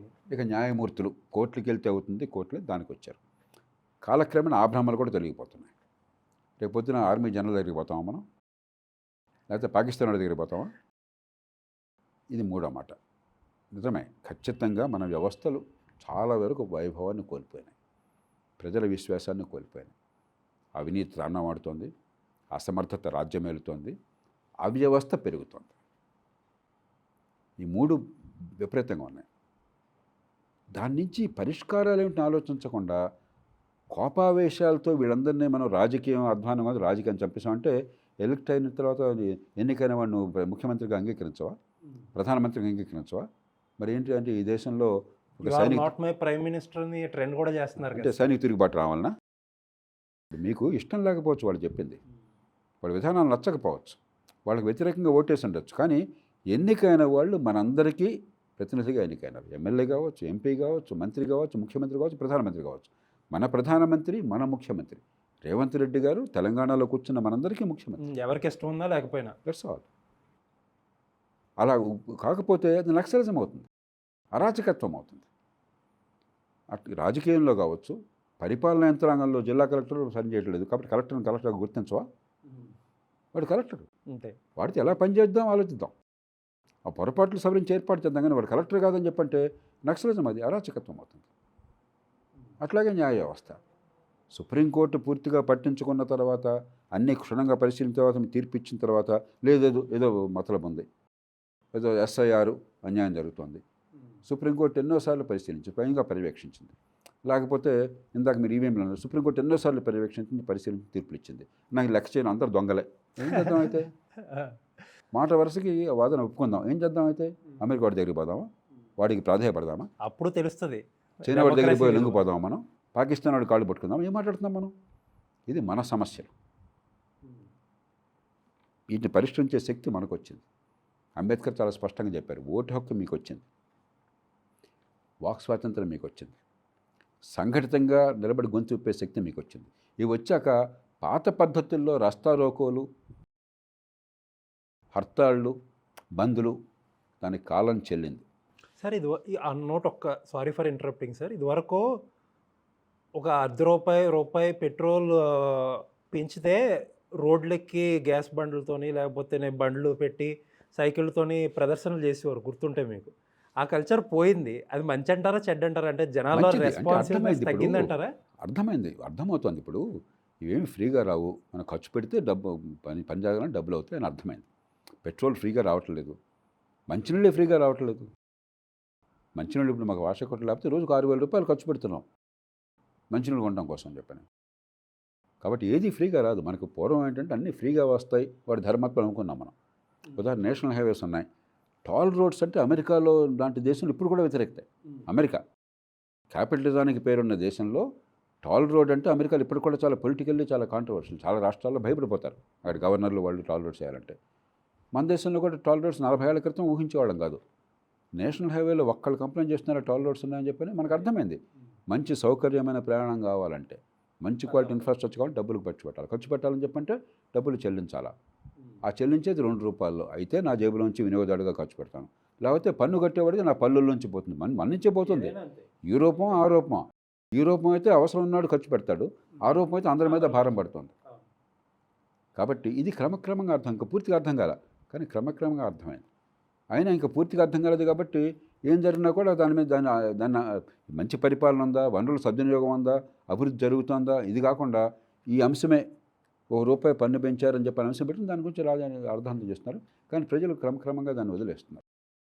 ఒక చిన్న ఉదాహరణ చెప్తాను, కొంచెం ఆఫ్ బీట్. 30 ఏళ్ల క్రితం హైదరాబాద్లోనే ప్రతి సిటీలో దేశమంతా కూడా బ్యాంకులో ఎంప్లాయీస్ అంతా స్ట్రైకులు చేసేవాళ్ళు 30-40 ఏళ్ల క్రితం. ఏమని? కంప్యూటరీకరణ ఆపాలే. మీరంతా కాలేజీకి వెళ్ళి ఉంటారు అప్పటికి, ఇంకా కాలేజీకి వెళ్ళిపోతున్నారేమో. ఆ రోజుల్లో కంప్యూటర్లు ఆగాలని ప్రతి సంవత్సరం సమ్మెలు జరిగాయి. అన్ని రాజకీయ పార్టీలు సిగ్గు లేకుండా వాళ్ళకి మద్దతు ఇచ్చేవాళ్ళు. ఇవాళ ఒక పార్టీని చెప్పనండి. కాబట్టి ఆనాడు మనకున్నటువంటి అవగాహన కొద్దీ ఏదో రకరకాల ఉద్యమాలు చేసాం. అవి అర్థం పద్ధతిలోనే తెలిసిన తర్వాత కూడా మళ్ళీ పిచ్చి మాటలు చేస్తే, ఇంకా విశాఖ ఉక్కు అంటే, ఇంకా మీకు కంప్యూటరీకరణ వ్యతిరేకమో అని చెప్పంటే ఇక్ష్వాకుల కాలం ఉండవలసిన వాళ్ళు ఇక్కడ ఈ ఆధునిక పరిస్థితికి పనికొచ్చేవాళ్ళం కాదు. అత్యధికులు చదువున్నా లేకపోయినా అర్థమవుతుంది. లేకపోతే 70-80 కోట్ల మందికి స్మార్ట్ ఫోన్లు ఎందుకు ఉంటాయి ఈ దేశంలో? ప్రపంచంలో ఎక్కడ లేనంత స్థాయిలో యూపీఐ మనీ ట్రాన్స్ఫర్లు ఈ దేశంలో ఎందుకో ఎక్కువ జరుగుతుంటాయి. కాబట్టి ఒకసారి ఆ సౌలభ్యం అర్థమైన తర్వాత సమాజం దానికి అర్థం చేసుకుంటుందా, అలవాటు పడిపోతుంది. మన సమస్య ఏంటంటే పరిపాలనలో జరగాల్సిన పనులు జరగట్లేదు. మంచి విద్య, ఆరోగ్యం, చట్టబద్ధ పాలన, మౌలిక సదుపాయాల కల్పన, గవర్నమెంట్ ఆఫీసులో సేవలు సరిగ్గా అందటము, అవినీతి లేకుండా చేయటం, ఇక్కడ ఫెయిల్ అయిపోతున్నాం. దాన్ని మార్చాలి. హైదరాబాద్లో మరీ ముఖ్యంగా అర్బన్ అన్రెస్ట్ అనేది పెరిగిపోతుంది. అండ్ సెకండ్ వచ్చి విపరీతమైన ట్రాఫిక్ కేవోస్. 2 issues sir. స్కూల్ ఫీజుల మీద నియంత్రణ అనేది లేకుండా పోయింది. రెండోది ట్రాఫిక్. ఏంటి సార్ ఈ రెండిట్లకి? ముందు స్కూల్కి వద్దాం. ప్రభుత్వం ఒక్కొక్క బిడ్డ మీద ముఖ్యమంత్రి గారి ప్రకటన ప్రకారం ₹1,10,000 ఖర్చు పెడుతోంది స్కూలు తెలంగాణలో. అయినా ఇప్పటికి కూడా మనకి అధికారంలో ఉన్నవాళ్ళు మంచి ఉద్దేశంతో అయినా కూడా లోతుగా ఆలోచించట్లా. నిన్నగాక మొన్న పత్రికల్లో ఫోటో వచ్చింది, ఏదో సమావేశంలో స్కూల్ విద్యను గురించి ముఖ్యమంత్రి గారు మిగతా మంత్రులు పాల్గొన్న దానిలో ప్రభుత్వం 7% ప్రభుత్వ వ్యయం ఖర్చు అవుతోంది విద్య కోసం అని చెప్పని, 14-15% దాకా పెంచాలి, ఇప్పుడు చేయలేకపోతే క్రమక్రమంగా పెంచుతామని చెప్పాను. అది సమస్య కానే కాదు, అసలు అది సమస్య కానే కాదు. అలాగే టీచర్లను 11,000 మంది కొత్తగా పెట్టాం, బ్రహ్మాండంగా చేసామని చెప్పారు, అది సమస్య కానే కాదు. ఖర్చు పుష్కలంగా పెడుతున్నాం. టీచర్ స్టూడెంట్ రేషియో అంటాం, ఎంతమంది పిల్లలకి టీచర్లకి మధ్య నిష్పత్తి ఏంటని చెప్పన్నది మన ప్రమాణాల ప్రకారం నిష్పత్తి కంటే మరింత బాగా ఉంది. 17-18 మంది పిల్లలకు ఒక టీచర్ ఉన్నారు తెలంగాణలో. హై స్కూళ్ళల్లో అయితే 8 మంది పిల్లలకు ఒక టీచర్ ఉన్నారు. టీచర్లు కొరత లేదు. కానీ మనం అంతా ఎంతసేపటికి బిల్డింగ్లు కడదాము, కట్టుద్దని అంటలే, టీచర్లను పెంచుదాము, లేకపోతే ఇంకా ఖర్చు పెంచుదాము అంటున్నారు. కానీ పిల్లలు ఏం నేర్చుకుంటున్నారు? ఇప్పుడు ప్రపంచంలో అత్యంత సంపన్న దేశాలు, క్యాపిటలిస్ట్ దేశాల్లో కూడా, అమెరికా లాంటి దేశాల్లో కూడా 190 మంది పిల్లల్ని గవర్నమెంట్ స్కూళ్ళగా పంపిస్తారు. ఎందుకని? మంచి విద్య అంటున్న నమ్మకం ఉంది అక్కడ. బ్రిటన్ కావచ్చు, ఫ్రాన్స్ కావచ్చు, జర్మనీ కావచ్చు, జపాన్ కావచ్చు, మరి ఇటలీ కావచ్చు, అమెరికా కావచ్చు, కెనడా కావచ్చు, చైనా కావచ్చు, ఏ దేశం అన్నా చూడండి. ఒక భారతదేశంలోనే తెలంగాణలో 60 లక్షల మంది పిల్లలు స్కూళ్ళల్లో ఉంటే దాదాపు 40 లక్షల మందికి పైగా పిల్లలు ప్రైవేట్ స్కూళ్ళలో ఉన్నారు. ఖరీదైన స్కూల్లో మీరు చెప్పినట్టుగా ఫీజులు దాటిపోతుంది. ఎందుకంటే డిమాండ్ ఎక్కువ, సప్లై తక్కువ. ఒక్క సీటుకి 100 మంది పోటీ పడుతుంటే మరి మార్కెట్లో ఏమవుతుంది? ఏ వస్తువైనా సరే గిరాకీ పెరిగితే ప్రైస్ పెరుగుతుంది. ధరల నియంత్రణ పెట్టామనుకోండి, మన దేశంలో ఏమవుతుంది? నియంత్రణ పెట్టగానే లంచాల కాలవాలం అవుతుంది. మనకి ఏది పరిష్కారం కావాలో అది సమస్య కూర్చున్నది మనకి. కాబట్టి ఫీజుల నియంత్రణ అనేది సూత్రరీత్యా మంచిదైనా కూడా అది పరిష్కారం కాజాలదు 2 కారణాలుగా. ఒకటి, నియంత్రణ అధికారుల లంచాలకు దారితీస్తుంది కానీ నియంత్రణకు దారితీయదు. 2, నిజమైన సమస్య ప్రభుత్వం తన పని తను సరిగ్గా చేస్తే మన బంగారం బాగుంటే అసలు ప్రైవేట్ స్కూల్ డిమాండ్ ఎంత ఉంటుంది. అమెరికాలో ఈ గొడవ ఎవరు పెట్టలేదే, ప్రైవేట్ స్కూల్లో ఫీ ఎంత ఉందని చెప్పని. బ్రిటన్లో ఈ మాట ఎవరు అంటం లేదే, అక్కడ ప్రైవేట్ స్కూల్ ఉన్నాయి కదా, కానీ 10 మంది కదా ఇంటికి వెళ్ళేది. ఇక్కడ గత్యంతరం లేని పరిస్థితి. నిరుపేదలు సైతం, రిక్షా కార్మికులు సైతం లక్షలు ఖర్చు పెట్టి స్కూల్కి వెళ్ళారు, కానీ నెలకు 2,000 3,000 పెట్టే స్కూల్కి చాలామంది సామాన్యులు పంపిస్తున్నారు గతిలాగా. అక్కడ చదువు రావట్లా. కాబట్టి ప్రభుత్వం ఉన్న వ్యవస్థని బాగు చేసి ఈ డబ్బులతోనే అంత ఏదైనా ఖర్చు పెట్టకుండా మంచి ప్రమాణాల విద్య వస్తే ఈ గిరాకీ చాలా తగ్గిపోతుంది. దానికి మార్గాలు ఉన్నాయి. నిన్న కూడా నేను విద్యాశాఖలో ఉన్నత స్థాయిలో ఉన్న పెద్దలతో కూర్చున్నాను. ప్రతిరోజు మేము కసరత్తు చేస్తున్నాం. సులభమైన మార్గాలు ఉన్నాయి మనసుంటే. అది చేయండి. ఆ స్కూల్ ప్రమాణాలు పెంచండి. ప్రభుత్వం విద్యా సంస్థలు 190 మంది పనికొచ్చేట్టుగా తయారు చేయండి. ప్రైవేట్ రంగం అప్పటికీ ఉంటుంది, డబ్బున్న వాళ్ళు ఇంకో రకరకాల కారణాలు పంపిస్తారు, కానీ ఇంత గిరాకీ ఇంత స్ట్రెస్ ఉండదు. ముందు మనకి ఏ బిడ్డ అయినా సరే, ఏ కుటుంబంలో పుట్టిన డబ్బున్నా లేకపోయినా సరే, ఆ బిడ్డ తెలివితేటలు వికసించే విద్య అందాలన్నది మనకు ఒక లక్ష్యంగా కావాలి. అది వాళ్ళు లేదు. చివరికి ప్రైవేట్ స్కూళ్ళకి వెళ్తున్నా కూడా ఇంజనీరింగ్ కాలేజీలు, మెడికల్ కాలేజీకి వెళ్తున్నారు, లేకపోతే యూనివర్సిటీలు, డిగ్రీలు వెళ్తున్నారు. నేను ఫ్రాంక్గా చెప్తున్నాను, మీరు నాకంటే మీకు ఇటీవల అనుభవం ఉంది కాబట్టి స్కూల్ కాలేజీలు మీరు చెప్పగలుగుతారు. 180 మందికి డిగ్రీ కాగితమే కానీ ఏమన్నా పరిజ్ఞానం ఉందా? డిగ్రీ ఉందా కానీ పట్టుకొస్తే అక్షరం ఒక్క రాదు. వాళ్ళు తప్పేం కాదు. స్కూలు స్థాయిలో మొన్ననే 10th క్లాస్ మార్కులు వచ్చినాయి. 95% పాస్ అయిపోయినారు తెలంగాణలో. గత సంవత్సరం 96% పాస్ అయిపోయినారు. ఇదే ప్రభుత్వం నేషనల్ అచీవ్మెంట్ సర్వే అని ఒక సర్వేలు పెడుతుంది. అంటే ఆ క్లాసులో ఎంతమంది ఆ క్లాసు తగ్గ ప్రమాణాలు ఉన్నాయని చూస్తే 95% పాస్ ఈ ప్రభుత్వం చెప్తోంది. 10 మందికే ఆ క్లాస్లో లెక్కలు ఆ స్థాయిలో ఉన్నారు. వీళ్ళు చెప్తున్నారు మళ్ళీ అధికారికమైన లెక్కలు. మీరు నేను చెప్పేది కాదు, వాళ్ళ లెక్కలే. 11% మందికే సైన్స్ ఉంది, 12% మందికే భాష ఉన్నది అని వీళ్ళే చెప్తున్నారు. అంటే మరి 11% మందికే ఆ స్థాయిలో వాడు ఆ సబ్జెక్ట్ తెలిసినప్పుడు 90% ఎట్లా పాస్ అయినారు? అసలు నువ్వేగా పరీక్షలు పెట్టింది, నువ్వేగా ఇంత అట్టహాసంగా మంత్రులందరూ కోలాహలంగా చేసి విడుదల చేస్తుంది.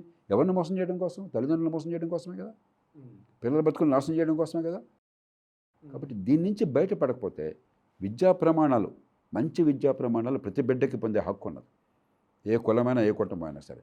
డబ్బు లేదు కాబట్టి, తల్లిదండ్రులు చదువు లేదు కాబట్టి నా బతుకుట నాశనం అయిపోయింది, ఫలానా తల్లి గర్భాన్ని పుట్టాను కాబట్టి నా బతుకుంతే అని కన్నీళ్లు కారిస్తే ఇంతకంటే పాపం ఇంకోట్లేదు సమాజం. సార్, సెకండ్ టాపిక్ వచ్చి ట్రాఫిక్. సార్, హైదరాబాద్లో లిటరల్లీ ఒక నైట్ మేర్, ఒక గ్రిడ్ లాగా అయిపోయింది. సో ఏంటి దీనికి సొల్యూషన్ ఏంటంటారు? ఎందుకంటే ఆన్ వన్ సైడ్ బోల్డెన్ ఫ్లైఓవర్లు కడుతున్నారు, అండర్ పాస్లు కడుతున్నారు, ఏవో చేస్తున్నామని గవర్నమెంట్ చెప్తుంది, బట్ స్టిల్ ప్రాబ్లం ఇంకా ఎక్కువ అవుతుంది, కానీ అప్పటికప్పుడు అసలు ఏది సాల్వ్ అవ్వట్లేదు. Thank you for this question Nishant. ఇవాళ నగరాలు నరకంగా మారుతున్నాయి. హైదరాబాద్ని మీరు తీసుకున్నట్టయితే సగటున ప్రతి మనిషికి 1 కోటి పైన జనాభా ఉంది కదా, 133 గంటలు ట్రాఫిక్ వల్ల మనం కోల్పోతున్నాం. ఇది మంత్, సంవత్సరం ఇన్ ఇయర్. బట్ మీరు వర్కింగ్ టైంలో లెక్కేస్తే మీకు ఆల్మోస్ట్ మీకు 14% of your time is lost. Okay, working hours లెక్కేసినట్టయితే దాదాపుగా $6 బిలియన్, అంటే ఒక 55,000 కోట్ల రూపాయలు డైరెక్ట్గా ఫైనాన్షియల్ లాస్ ఈ డిలే వల్ల కనిపిస్తాం. సో యావరేజ్ స్పీడు చాలా చోట్ల పీక్ టైంలో 8 నుంచి 16 కిలోమీటర్లు ఉంటున్నది. నేను వాకింగ్ చేస్తాను, గంటలో నేను ఒకప్పుడు 8 కిలోమీటర్లు చేసాను, ఇప్పుడు 6 కిలోమీటర్లు చేస్తున్నాను, 6-6.5 కిలోమీటర్లు. అంటే వాకింగ్ స్పీడ్లో వెళితే గొప్ప అయిపోయింది ఇప్పుడు. అవును, పీక్ టైంలో ఏం జరిగింది? ఒకసారి ముందు సమస్య అర్థం చేసుకుందాం. మీరు అన్నారు ఈ ఫ్లైఓవర్లు వగేరా అని చెప్పని. కేబీఆర్ పార్క్ చుట్టూ బ్రహ్మాండంగా ఫ్లైఓవర్లు కడుతున్నారు. నేను చూస్తే ఇప్పుడంతా ట్రాఫిక్ ఏదో గందరగోళం ఉన్నది. మరి ప్రభుత్వం చెప్పట్లేదు ఏమీ బయటికి ఏం చేస్తున్నారో. నేను నిన్న ఇవాళ గూగుల్ చేస్తే 8 ఎన్నో అండర్ పాస్లు, తర్వాత ఫ్లైఓవర్లు రకరకాలు కడుతున్నారని చెప్తున్నారు. నాకు పూర్తిగా అర్థం కాల. ఒక 1,100 కోట్లు అంతా ఖర్చు పెడుతున్నారని చెప్పారు. మీరు ఎన్ని ఫ్లైఓవర్లు కట్టినా కూడా అది ట్రాఫిక్ సమస్యకి పరిష్కారం కాదు. కట్టొద్దని అంటలా, కానీ ఫ్లైఓవర్లతో పరిష్కారం అవుతుందని భ్రమ నుంచి బయటపడాలి. ప్రపంచంలో ఎక్కడా కూడా ఫ్లైఓవర్ల వల్ల సమస్య పరిష్కారం కాల. నిజానికి ఫ్లైఓవర్ కట్టి ఇనాగ్రేట్ చేసిన రోజున మీకు ట్రాఫిక్ జామ్లు అవుతున్నాయి. ఆ ఎంట్రీ ఎగ్జిట్ పాయింట్లో ఇంకా ఎక్కువ అవుతున్నాయి. ఎందుకని? గత 10 ఏళ్లుగా మీరు చూస్తే హైదరాబాద్లో ప్రైవేటు వాహనాల సంఖ్య రెట్టింపైంది. ఇవాళ 81 లక్షల వాహనాలు హైదరాబాద్లో ఉన్నాయి. రోజుకు 2000 వాహనాలు కొత్తగా రిజిస్టర్ అవుతున్నాయి. చాలామంది తెలియపోవచ్చు, హైదరాబాద్ నగరంలో ఉన్న ప్రైవేటు వాహనాల సంఖ్య బొంబాయి నగరం కంటే ఎక్కువ. మీకు తెలుసా? బొంబాయి ఎంత పెద్దది మనతో పోలిస్తే ఆర్థికంగా కానీ జనాభా రీత్యా కానీ. ఢిల్లీ నగరం కంటే ఎక్కువ, లండన్ కంటే ఎక్కువ, లండన్ కంటే ఎక్కువ, న్యూయార్క్ కంటే ఎక్కువ, అవును, న్యూయార్క్ కంటే ఎక్కువ. మనకి సగటున దాదాపుగా 70 మందికి 75 మందికి 100లో వాహనాలు ఉన్నాయి ప్రైవేటువి. 2 వీలరు 4 వీలర్ ఒకటి. న్యూయార్క్లో 21 మందికి ఉన్నాయి 100కి. లండన్లో 24 మందికి ఉన్నాయి. సింగపూర్లో 16 మందికి ఉన్నాయి. షాంఘైలో 20 మందికి ఉన్నాయి. ఈ అన్ని సిటీలు మనతో పోలిస్తే ఏ రకంగా చూసినా కూడా తలసరి ఆదాయం కావచ్చు, 10% ఉంటుందేమో మన పెర్ క్యాపిటల్తో పోల్చుకుంటే. ఎందుకైంది ఇది? గతి లేక, పబ్లిక్ ట్రాన్స్పోర్ట్ పనిచేయదన్నటువంటి నమ్మకానికి వచ్చి గతి లేక సామాన్య కుటుంబీకులు సైతం బాటమ్ క్వింటాల్లో కూడా, అంటే అట్టడుగున్న 20% కుటుంబాల్లో కూడా సగం మందికి 2 వీలర్ ఉంది. ఆ పైన ప్రతి కుటుంబానికి 2 వీలర్ 4 వీలర్ 1 2 3 ఉన్నాయి. హైదరాబాద్లో ఆర్టీరీ రోడ్స్, మెయిన్ రోడ్స్ మీరు చూస్తే 600 కిలోమీటర్ల రోడ్లు ఉన్నాయి. 900 కిలోమీటర్ల రోడ్లు ఉన్నాయి. సగటున ప్రతి కిలోమీటర్ లెంగ్త్కి 9000 వాహనాలు ఉన్నాయి. 9,000 వాహనాలు ఉన్నాయి. మీకు 2-3 వేలు దాటితే అసలు దాన్ని ఇన్ఫ్రాస్ట్రక్చర్ మీరు ఎంత అద్భుతంగా చేసినా కూడా, అమెరికా లెవెల్లో చేసినా కూడా మీరు తట్టుకోలేదు వ్యవస్థ. కాబట్టి ఇన్ఫ్రాస్ట్రక్చర్ వద్దని అంటలా, అది పరిష్కారం కాదు. ఇది పరిష్కారం వయబుల్ పబ్లిక్ ట్రాన్స్పోర్ట్, మంచి ప్రమాణాలు ఉన్నది, సుఖంగా వెళ్ళేది, సకాలంలో వెళ్ళేది, ప్రెడిక్టబుల్గా ఉండేది, టైమ్లీగా ఉండేది. నేను ఒక ఉదాహరణ చెప్తాను. నేను సోల్ నగరానికి వెళ్ళాను, సౌత్ కొరియా రాజధాని. చాలా ఏళ్ల క్రితం అక్కడ రాష్ట్రపతి గారు, మొట్టమొదటి ప్రజాస్వామ్య రాష్ట్రపతి ఆ దేశంలో వచ్చిన ఆయన ఒక అంతర్జాతీయ సదస్సును పెట్టి ప్రపంచం మొత్తం నుంచి కొంతమంది ఆహ్వానించారు. భారతదేశం నుంచి నన్ను, మన దేశం నుంచి అప్పుడు అమర్త్య సేన్ కూడా వచ్చారు, నాకు గుర్తున్నది. అలా ప్రపంచ నలుమూలల నుంచి కొంతమంది వచ్చారు. ఎంత సుఖమైన ప్రయాణమో. ఎయిర్పోర్ట్ నుంచి మాకు కూపాన్ని ఇచ్చారు, హాయిగా పబ్లిక్ ట్రాన్స్పోర్ట్లో కూర్చుంటే బస్సులో హాయిగా వెళ్ళిపోయాం అక్కడికి, హోటల్కి. అక్కడే కాన్ఫరెన్స్. తిరిగి వస్తున్నప్పుడు పొద్దున్నే ఫ్లైట్ నాకు 7 గంటలకు 8 గంటలకు ఉంది. కాబట్టి అక్కడ మరి ఇంటర్నేషనల్ ఫ్లైట్ కదా, అక్కడ 4:30కు 5కు బయలుదేరాలి హోటల్ నుంచి. నాకు కూపాన్ ఉంది తిరిగడానికి. నేను చలికాలం, నాకేమో సోల్లో అంత చలి ఉంటుందని తెలియక పెద్ద పట్టించుకోక మామూలు బట్టలతో వెళ్ళాను. నేను ఒక కోట్ తప్ప ఇంకేం లేదు. కానీ బాగా గడ్డలు కట్టే చలి ఉన్నది. అర్ధరాత్రి పొద్దున్నే చలి ఉంది. ఆ రాత్రి రేపు పొద్దున్న ప్రయాణం అనగా రాత్రి హోటల్లో కౌంటర్ దగ్గరికి వెళ్ళి, బాబు నేను రేపు పొద్దున్న వెళ్ళాలి బస్సులోను ఎయిర్పోర్ట్కి, నా దగ్గర కూపన్ ఉంది, ఎన్ని గంటలకంటే ఏం ప్రాబ్లం లేదు సార్, ఫలానా టైంకి ఉంటుందన్నాడు. ఆ బస్సు మిస్ అయ్యాననుకో, ఇప్పుడంటే ఏం ప్రాబ్లం లేదు, 15 నిమిషాలు కరెక్ట్గా వస్తున్నాను. మరి బయట బాగా చలిగా ఉంది, నేను ఎక్కువసేపు చలిలో నుంచోలేను, మరి ఎట్లాగంటే ఏం ప్రాబ్లం లేదు సార్, ఇక్కడ పక్కనే స్టాప్ ఉన్నది, 15 సెకండ్ల ముందు వెళ్ళండి. చూడండి అంత యాక్యురసీ. 15 సెకండ్ల ముందు వెళ్ళి 20 సెకండ్స్ ముందు వెళ్ళండి, కరెక్ట్ టైంకి వస్తుంది, బస్సులో వెళ్ళిపోతున్నారు. అంత సుఖంగా ప్రయాణం చేశాం. ఆ టైంకే వచ్చింది కూడా పర్ఫెక్ట్గా. అలాగే నేను నెదర్లాండ్స్ వెళ్తే ఇప్పుడు 35 ఏళ్ల క్రితం నెదర్లాండ్స్ వెళ్తే, నేను బ్రసెల్స్ నుంచి నేను రాటర్డామ్కి వస్తున్నాను. అక్కడి నుంచి మరో చోటుకి వెళ్ళాలి, అక్కడి నుంచి ఇంకో చోట 3 చోట్ల ట్రైన్లు మారాలి. నేను సాయంత్రం అయిపోయింది, రాటర్డామ్లో ట్రైన్ ఎక్కాలి, మళ్ళీ అక్కడి నుంచి యూట్రెక్ట్ వెళ్ళాలి, అక్కడి నుంచి ఇంకో చోట 2-3 చోట్ల ట్రైన్ మారాలి. మనందరికీ ఫారిన్ ఎక్స్చేంజ్ సమస్య. చివరి స్థలానికి వెళ్ళేసరికి చీకటి పడితే అక్కడి నుంచి బస్సులో వెళ్ళాలి. కొంచెం భయం ఆందోళన ఉంటుంది మనకి, కొత్త ఇదంతా విదేశాలు. నేను జాగ్రత్తగా గమనిస్తున్నాను. రాటర్డామ్లో నాకు 1.5 నిమిషాల టైం ఉంది ఈ ట్రైన్కి ఆ ట్రైన్కి మధ్య. నా ట్రైన్ చూస్తుంటే వాడు క్యాలెండర్ టైం టేబుల్ చూస్తే ఒక 2 నిమిషాలు లేట్ అయిపోయింది. నాకు ఆందోళన వచ్చేస్తున్నారు, మళ్ళీ నెక్స్ట్ ట్రైన్కి 1 గంట లేట్ అయిపోతుంది, రాత్రి చీకటి అయిపోతుంది అట్లా అని చెప్పాను. అక్కడ ట్రైన్ కండక్టర్ ఎవరో ఉంటే ఆమెను అడిగానమ్మా, నాకు ట్రైన్ అక్కడ ఎక్కాలి, ట్రైన్ లేట్గా ఉందంటే, ఏం ప్రాబ్లం లేదు సార్, మీకు టైంకి వెళ్ళిపోతున్నాను. లేదు మరి చూశాను కొంచెం లేట్ అయ్యింది కదా. నో ప్రాబ్లం సార్, వెళ్ళిపోతున్నాను. నేను చూద్దాం అనుకుని వెయిట్ చేస్తున్నాను. రాటర్డామ్ చేరే ముందు ఒక 5 నిమిషాల ముందు ఆవిడ వచ్చి, సార్ ట్రైన్ టైంకి చేరుతుంది, మీకేం కంగారు లేదు, నెక్స్ట్ ట్రైను ఫలానా దీనిలో ఉంది, జస్ట్ ఇక్కడ దిగి అక్కడ వెళ్ళిపోండి ఎక్కడని చెప్పండి. పర్ఫెక్ట్గా టైంకి వచ్చింది, పర్ఫెక్ట్గా ఎక్కడ. ఆ ప్రెడిక్టబిలిటీ ఉంటే, ఆ సుఖం ఉంటే పబ్లిక్ ట్రాన్స్పోర్ట్ ఎవరో నడిస్తే ఖర్చు పెట్టరు కదా. అసలు ఎంత అద్భుతంగా ఉంటుంది. ఇన్ఫ్యాక్ట్ ఢిల్లీలో మెట్రో ఆల్మోస్ట్ కొంతవరకు బాగానే పనిచేస్తుంది అందుకే కూడా. ఢిల్లీ మెట్రోలో దాదాపు 20-25 లక్షల మంది ప్రయాణం చేస్తున్నారు రోజుకి. ఎక్కువ మంది బస్సు, నాకు ఎగ్జాక్ట్ సంఖ్యలో చాలా పెద్ద సంఖ్యలో వెళ్తున్నారు. ఢిల్లీ మెట్రో 60-70 లక్షల మంది వెళ్తున్నారు ఢిల్లీ మెట్రోలో. హైదరాబాద్ మెట్రోలో ఇప్పుడు కూడా 3-4 లక్షలు అయితే గొప్ప విషయం అవుతుంది. ఏం జరుగుతుంది హైదరాబాద్లో? 22,000 కోట్ల రూపాయలు ఖర్చు పెట్టాం. ప్రైవేట్ రంగం ముందుకు వచ్చింది, ఖర్చు పెట్టాం. వడ్డీతో సహా 22,000 కోట్లు అయింది. 300 కోట్ల రూపాయలు డబ్బులు లేక నిశాంత్ 22,000 కోట్లు ఖర్చు పెట్టిన తర్వాత కొత్త కోచ్లు కొనలేక, పీక్ ట్రాఫిక్లో డిమాండ్ ఉన్నా కూడా ఫ్రీక్వెన్సీ పెంచలేక క్రిక్కిరిసి నుంచి నడుతున్నారు. అసలు బుద్ధి ఉందా ఏమన్నా? 22,000 ఖర్చు పెట్టిన తర్వాత 22,000 కోట్లు ఖర్చు పెట్టినాక 300 కోట్ల డబ్బులు ఖర్చు పెట్టడానికి చేతగాక, లేకపోతే దాని గురించి పట్టించుకోక, అది ఉపయోగం లేకపోతే ప్రపంచంలో ఎవరన్నా అలా పనిచేస్తాడా? రోజుకి తెలంగాణ ప్రభుత్వం 850-900 కోట్ల రూపాయలు ఖర్చు పెడుతుంది రోజుకి పెట్టే ఖర్చు. అందులో మెజారిటీ డైలీ ఎక్స్పెన్సెస్కి ఏదైనా కానీ. సో ఉన్న ట్రాన్స్పోర్ట్ ఎలా ఉపయోగించుకోవాలి? రెండోది ఏమవుతుంది, మెట్రో ఉంది, ఆర్టీసీ ఉంది, రైల్వే వాళ్ళ ఎంఎంటీఎస్ ఉంది. అసలు గోదానికి సంబంధం లేదు. ఎవరికి దేనికది వర్టికల్ సేవగా నడుస్తుంది. వాడు వీడి పోటీ అంటాడు, వీడు వాడి పోటీ అంటాడు. వాడికి కోఆర్డినేషన్ ఉండదు. ఇది దగ్గరనే నెక్స్ట్ బస్సు ఉండదు, లేకపోతే ఈ ఫ్రీక్వెన్సీ ఏం సంబంధం ఉండదు. కాబట్టి సింపుల్ థింగ్ మొట్టమొదటి చేయాల్సింది, పైసా ఖర్చు కాదు, ఒకే అథారిటీ, ఒకే టికెట్, కంప్లీట్గా coordination, end to end connectivity అంటారు.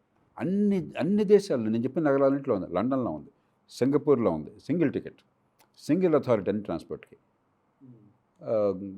అన్నిటికీ టోటల్ కోఆర్డినేషన్. ఇది మొట్టమొదటి చేయండి. ఉన్నదాంతో తర్వాత అదనపు ఖర్చులు తర్వాత చూద్దాం. ఉన్నదాన్ని కాస్త ఉపయోగించి ఏర్పాటు చేయండి.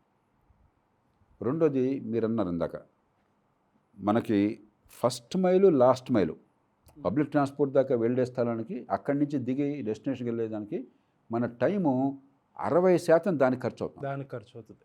యాక్చువల్ ట్రావెల్ కంటే కూడా 60%, 70% దానికి ఖర్చు అవుతుంది. కొన్ని సందర్భాలు 80% దాకా ఖర్చు అవుతుంది, డబ్బు కానీ టైం కానీ. కాబట్టి ఈ first and last mile connectivity వీలున్నంత మేరకు చిన్న బస్సులు కావచ్చు, మినీ బస్సులు కావచ్చు మొదలు పెడదాము. పబ్లిక్ సాధ్యం కాదు, చిన్న మన గొంతులు, మనకు హైదరాబాద్ ఉందనుకోండి, చిన్న రోడ్స్ ఉంటాయి అక్కడ. కాబట్టి ర్యాపిడో లాంటివి పెట్టండి, ఎలక్ట్రిక్ స్కూటర్లు పెట్టండి, మరొకటి పెట్టండి. ఈ సింగిల్ టికెట్లు అది కూడా యాడ్ చేయండి. ఇవాళ టెక్నాలజీతో అన్నీ సాధ్యం. ఆ టికెట్లోనే మీకు ఏది కావాలంటే ట్రాన్స్పోర్ట్ అలాంటిది ఇక్కడి నుంచి పబ్లిక్ ట్రాన్స్పోర్ట్ దాకా అది యాడ్ చేశారనుకోండి, మీకు ప్రొడక్టబిలిటీ కూడా ఊబర్ ఉంది, మరొకటి ఉంది, ఓలా ఉంది, టక్కటకి చెప్తున్నారు ఎప్పుడు వస్తారంటో ఆ రకంగా ఏర్పాటు చేసేయండి. ఇది అవగానే అక్కడ ఆ ట్రైన్కి అది ఆ టైంకి ఈ బస్సు, లేకపోతే ఈ టైంకి ఈ ట్రైను, అది క్లారిటీ ఉందనుకోండి, ఎంత కంఫర్ట్ ఉంటుంది. 100% సాధ్యం మన టెక్నాలజీతో. ఇవాళ పైసా అదనంగా ఖర్చు పెట్టగలరు, జస్ట్ కోఆర్డినేషన్ కావాలంటే. ఈ first and last mile connectivity ఉండదు.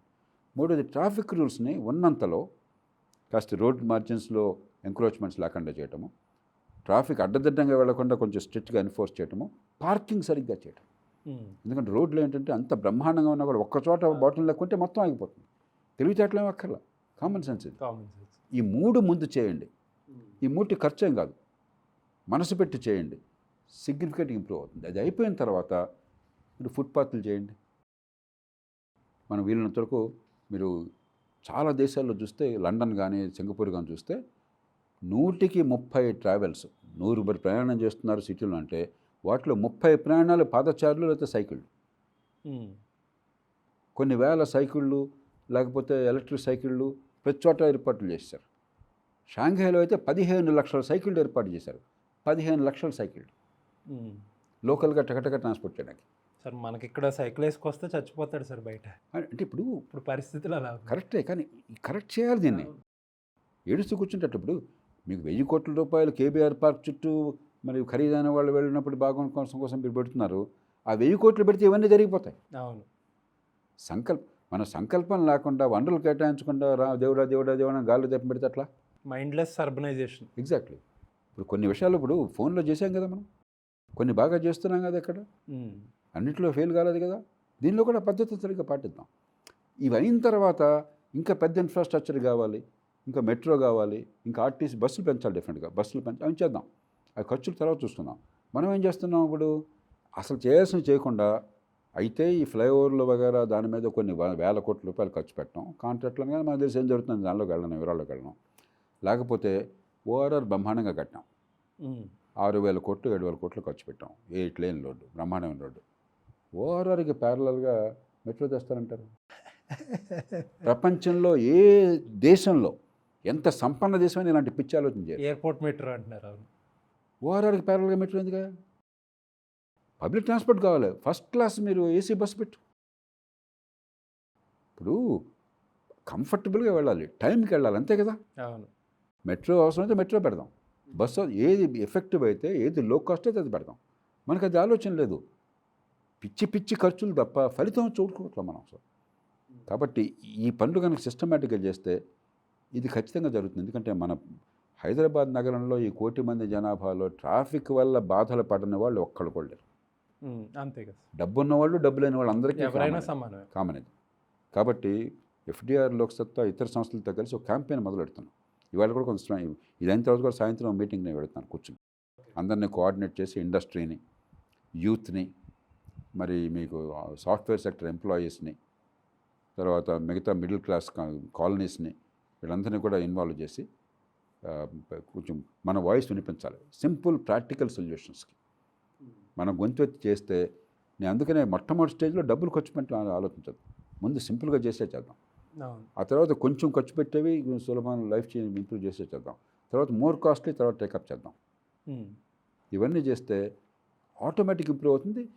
ఒక స్థాయి వచ్చిన తర్వాత కార్లు అనవసరంగా రాకుండా మనం కొంచెం కాస్ట్ పెడదాం, కంజెషన్ కాస్ట్ పెట్టచ్చు. అన్నీ బాగున్నప్పుడు మీరు కారు తీసుకొస్తున్నాం పీక్ టైంలో అన్ని సిటీస్లో కంజెషన్ ఛార్జెస్ పెనలైజ్ చేయాలి. మీకు సింగపూర్లో కానీ లేకపోతే షాంఘైలో కానీ కొత్త కారు కొనుక్కోవాలంటే తల మాడిపోతుంది. వాళ్ళు డబ్బులు లేక కాదు, మ్యానుఫ్యాక్చరింగ్ లేక కాదు, కారు అవసరం లేదు. అది ప్రైవేట్ ట్రాన్స్పోర్ట్ అనేది ట్రాఫిక్ని కంజెస్ట్ చేసేస్తుంది. పబ్లిక్ ట్రాన్స్పోర్ట్ క్వాలిటీ ఉంది అని చెప్పిన సింగిల్ లైన్ రోడ్డు కోసం చెప్పిన కార్ని డిఫికల్ట్ చేశారు. కానీ ఇవన్నీ చేశాక దాని గురించి ఆలోచిద్దాం. కాబట్టి ఇది 100% సాల్వబుల్ ప్రాబ్లం, మనందరికీ సంబంధించిన ప్రాబ్లం. సిటీస్ ఏమవుతున్నాయి ఇప్పుడు, నరకం అయిపోతున్నాయి, క్వాలిటీ ఆఫ్ లైఫ్ అధ్వానం అయిపోతుంది.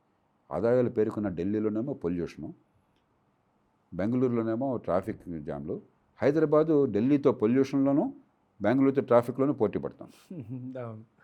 ఇంకా లార్జర్ ఇష్యూ అల్టిమేట్గా ఇంకోటి ఆలోచించాలి. ఇది విధానానికి సంబంధించిన విషయం. ఖచ్చితంగా హైదరాబాదు కొన్ని స్థాయిలో ఉన్న మనుషులు డెవలప్, మీరున్నారు, ఈ పని చేస్తున్నారు, హైదరాబాద్ పనికి వస్తుంది. ఒక సినిమా డైరెక్టర్ ఉన్నారు, ఒక రీసెర్చ్ అసోసియేట్ ఉన్నారు, ఒక కాలేజ్ ప్రొఫెసర్ ఉన్నారు. కానీ ప్రతి ప్లంబరు, ప్రతి కార్పెంటరు హైదరాబాద్ రావాలన్నా? ఎక్కడ జనం ఉంటే అక్కడ పని ఉంది కదా. కాబట్టి చిన్న పట్టణాలు పెంచడం ఎట్లాగా? 100కి 90 మంది మన దేశంలో అసంఘటిత రంగం, అంటే రెక్కాడితే డొక్కాడని వాళ్ళు, నెల జీతం లేనివాళ్ళు, ఉద్యోగ భద్రత లేనివాళ్ళు, చిన్న చిన్న ఆదాయాలతో బతికేవాళ్ళు. వాళ్ళు ఏమవుతుంది, ఒంటరిగా వచ్చి హైదరాబాద్ కుటుంబంతో వచ్చే శక్తి లేదు. ఎక్కడ మారుమూల ఉండి బిక్కుబుక్కుమంటూ బతుకుతూ 15-20 కిలోమీటర్లు ఇటు 15-20 కిలోమీటర్లు అటు పని కోసం రోజు తిరుగుతూ, ఒక్కరోజు పని లేకపోతే పస్తులు, ఒక్కరోజు జ్వరమో జబ్బో చేస్తే సంక్షోభం జీవితంలో. ఎలాంటి జీవితం అనిపిస్తున్నారు వీళ్ళలో చాలామందికి. చిన్న పట్టణాలు కనుక లోకల్గానే ఏర్పాటైనట్టయితే ఏం లేదు, చిన్న టౌన్ ప్లానింగ్, కొంచెం ట్రాన్స్పోర్టు, ఈ ఇన్ఫ్రాస్ట్రక్చర్ ఉంటే మిగతావన్నీ సైట్లు వస్తాయి, రియల్ ఎస్టేట్ వచ్చేస్తుంది, బిల్డింగ్లు వస్తాయి, హౌసింగ్ వస్తుంది. అక్కడే చిన్న చిన్న పారిశ్రామికీకరణ జరిగింది అనుకోండి, లోకల్గా ఎంప్లాయ్మెంట్ జనరేషను, లైవ్లీహుడ్ సాధ్యమైంది అనుకోండి, హైదరాబాద్ రావక్కర్లే అసలు. హైదరాబాద్కి ఎవరిని రావద్దని శాసించమని నేను అంటల్లా. హైదరాబాద్ వెళ్ళకపోతే గతి లేదనే పరిస్థితి కల్పించిపోకండి. మన ఆచంట్లోనే పని జరిగితే, హుస్నాబాద్లోనే పని జరిగితే, హాయ్ అయిన జీవితం ఉంటే హైదరాబాద్ అందరూ వచ్చి ఇక్కడ అవసరమే ఉంది. మనకేంటి మెగా సిటీ అన్ని సిటీ అంత పెరిగితే అంత నరకం ఒక స్థాయి దాటిన తర్వాత. మెక్సికో సిటీ చూడండి, కరాచీ చూడండి, నైజీరియాలో లెగోస్ చూడండి, ఆ రకంగా తయారైపోతే జీవితం నరకం అయిపోతుంది. కాబట్టి స్మాల్ టౌన్ డెవలప్మెంట్ ఇక ముందు సమస్య పెరగకుండా. కాబట్టి మనం ఇప్పటికైనా ఆలోచించకపోతే మన జీవితాలను మన చేతుల్లో నరకం చేసుకున్నాడు. సరే, ఈ విమెన్కి ఫ్రీ బస్ అనే ఒక స్కీమ్ నడుస్తుంది కదా 2 తెలుగు రాష్ట్రాల్లో. ఒక రకంగా చూస్తే పబ్లిక్ ట్రాన్స్పోర్ట్కి వైపు జనాలు మళ్ళిస్తున్నట్టే అనిపిస్తుంది. ఇంకోటి మన ఫైనాన్షియల్ బర్డెన్స్, లేకపోతే సీట్లు గొడవలు, కొట్టుకోవడాలు అన్నీ మీకు తెలిసిందే. అసలు ఇలాంటి స్కీమ్ మీద మీ ఒపీనియన్ ఏంటి సార్? ఇప్పుడు మహిళల్ని కనుక ఫ్రీగా ట్రాన్స్పోర్ట్ ఇస్తే ఒక వాదన ఏమిటంటే, సమాజంలో కాస్త అణిగమణిగా ఉన్న వర్గానికి ఒక స్వేచ్ఛ వస్తుంది, ఆర్థిక కార్యక్రమాల్లో సమాజంలో పాలు పంచుకోవచ్చు అని కొంత వాస్తవం ఉండదు దానిలో. కానీ ఫ్రీగా ఇవ్వటువంటి సాధ్యాసాధ్యాలు పరిస్థితిని చూసుకోవాలి. పబ్లిక్ ట్రాన్స్పోర్ట్ సిటీస్లో ఫ్రీగా ఇవ్వడానికి నేను అనుకోలేం యాజ్ అ ప్రిన్సిపల్. అవసరమైతే కొన్ని దేశాల్లో ఉంది పబ్లిక్ ట్రాన్స్పోర్ట్ ఈజ్ ఫ్రీ అని చెప్పారు, ఎందుకంటే కంజెషన్ తగ్గించడం కోసం. దానికి ఇప్పుడు గవర్నమెంట్ సబ్సిడైజ్ చేస్తుంది. మనకు ఇప్పుడు కూడా కాస్ట్ కట్టినా కూడా పబ్లిక్ ట్రాన్స్పోర్ట్ సిటీల్లో ఫుల్గా వైబుల్ ఎప్పుడు కాదు, గవర్నమెంట్ అంతా కొంత సబ్సిడైజ్ చేయాల్సిందే. కాబట్టి సిటీస్ వేరు, గ్రామాల్లో వేరు. అనవసరమైన డిమాండ్ క్రియేట్ చేసి కంజెషన్. ఇప్పుడు హైదరాబాద్లో ఏమవుతుందంటే గతంలో 16 లక్షల మంది ప్రయాణం చేసేవాళ్ళు. ఈ పథకం వచ్చేదాకా 16-17 లక్షల మంది, రోజుకి 16-17 లక్షల మంది బస్సుల్లో. హైదరాబాద్ నగరం గురించి మాట్లాడుతున్నాను. ఇప్పుడు 25 లక్షల మంది ప్రయాణం చేస్తున్నారు. కానీ ఏమైంది, 25 లక్షల్లో 18 లక్షల మంది మహిళలు, 7 లక్షల మంది మగవాళ్ళు. ఓకే. గతంలో మరి 16 లక్షల మగవాడు మనకు తేడా తెలియదు. బస్సు 70% మగవాళ్ళు ఉంటారు. ఓకే. మామూలుగా సమాజంలో బయట తిరిగేది. ఓకే ఓకే ఓకే 70% అంటే 16 లక్షల్లో 70, 16, 12 లక్షలు. ఆ 12 లక్షలు 6-7 లక్షలకు పడిపోయింది. ఆ వారు ప్రైవేట్ వెహికల్స్ పెరుగుతున్నాయి. అవును. కాబట్టి ఇదే టైంలో కనుక బస్సుల ఫ్రీక్వెన్సీ పెంచినట్టయితే, బస్సుల స్పీడ్ పెంచగలిగితే మనం చెప్పిన పద్ధతుల ద్వారా, అప్పుడు మహిళలు వచ్చి ఎంతమంది వచ్చినా కూడా ట్రాఫిక్ కంజెషన్ పెరగదు. ఇప్పుడు ఆర్టీసీ లెక్క ప్రకారం పూర్వం కంటే ఎక్కువ మంది ప్యాసింజర్స్ని క్యారీ చేస్తున్నాం, కానీ ప్రైవేట్ ట్రాన్స్పోర్ట్ ఇంకా అవసరం పెరుగుతుంది, ఎందుకంటే అకామిడేట్ చేయలేకపోతున్నారు. కాబట్టి అంటే కొంచెం లోతుగా ఆలోచిస్తే ఫ్రీగా ఇవ్వటం కాదే పెద్ద ఇష్యూ కాదు, ట్రాఫిక్ కంజెషన్ లేకుండా చేయటం ఎట్లాగా, దానికి మార్గాలు, స్పష్టమైన మార్గాలు ఉన్నాయి. ప్రపంచం అంతా చేస్తున్నారు, అన్ని దేశాలు చేస్తే మనం చేయకపోవటం ఏంటి? సార్, మీరు రాజకీయాల్లో కొత్త నీరు రావాలి అని ఫస్ట్ నుంచి చెప్పే వాళ్ళు మీరు ఒకళ్ళు. ఇప్పుడు తమిళనాడులో విజయ్ గారు వచ్చినట్టు, ఆబ్వియస్లీ వాళ్ళు సామాన్యులు కాదు, బట్ డెఫినెట్లీ కొత్త నీరని అనుకోవాలి. ఇప్పుడు మనకి ఇక్కడ పవన్ కళ్యాణ్ గారు వచ్చారు, ఫస్ట్ టైం అధికారంలో వచ్చారు. విజయ్ గారు టూ ఇయర్లీ అంటే ఎర్లియస్ట్ అసలు అయింది. పవన్ కళ్యాణ్ గారిని చూస్తే ఏ డైరెక్షన్లో వెళ్తున్నారు అనిపిస్తుంది మీకు? నా దృష్టిలో పవన్ ఒక మంచి మనసున్న మనిషి. ఏ రంగం నుంచి వచ్చినా కూడా ప్రజాజీవనాన్ని బాగు చేయాలి, రాజకీయాన్ని పవిత్ర కార్యక్రమం మార్చాలని కోరుకున్నాడు ఎవరున్నా కూడా మనం ఆహ్వానించాలి. లేకపోతే సినిమాల్లో రారాజుగా బతికే వాళ్ళకి, మరి డబ్బులు ఇచ్చి సినిమా చూపించుకునే శక్తి ఉన్నటువంటి స్టార్లకి డబ్బులు ఇస్తే కానీ రాని జనం దగ్గరికి పోయి ఈ కష్టపడాలంటే ఎంతో ఒక తపంతో వచ్చారు. అలాంటి వాళ్ళు పెరిగే వాతావరణం కూడా కల్పించాలి మనం. ఈ దేశంలో నిజాయితీ పరులు, సమాజాన్ని కాపాడాలని కోరుకున్న వాళ్ళు, మంచి పాలన కోరేవాళ్ళు కావాలని కోరుకునే వాళ్ళకి లోటు లేదు. ఎంతోమంది సామాన్య యువత, బాగా చదువుకున్న వాళ్ళు, ఆలోచించేవాళ్ళు నా దగ్గరికి ఎంతమంది వస్తుంటారు, సార్ తప్పనిసరి జరగాలి సార్, రాజకీయంలోకి వెళ్తాను సార్.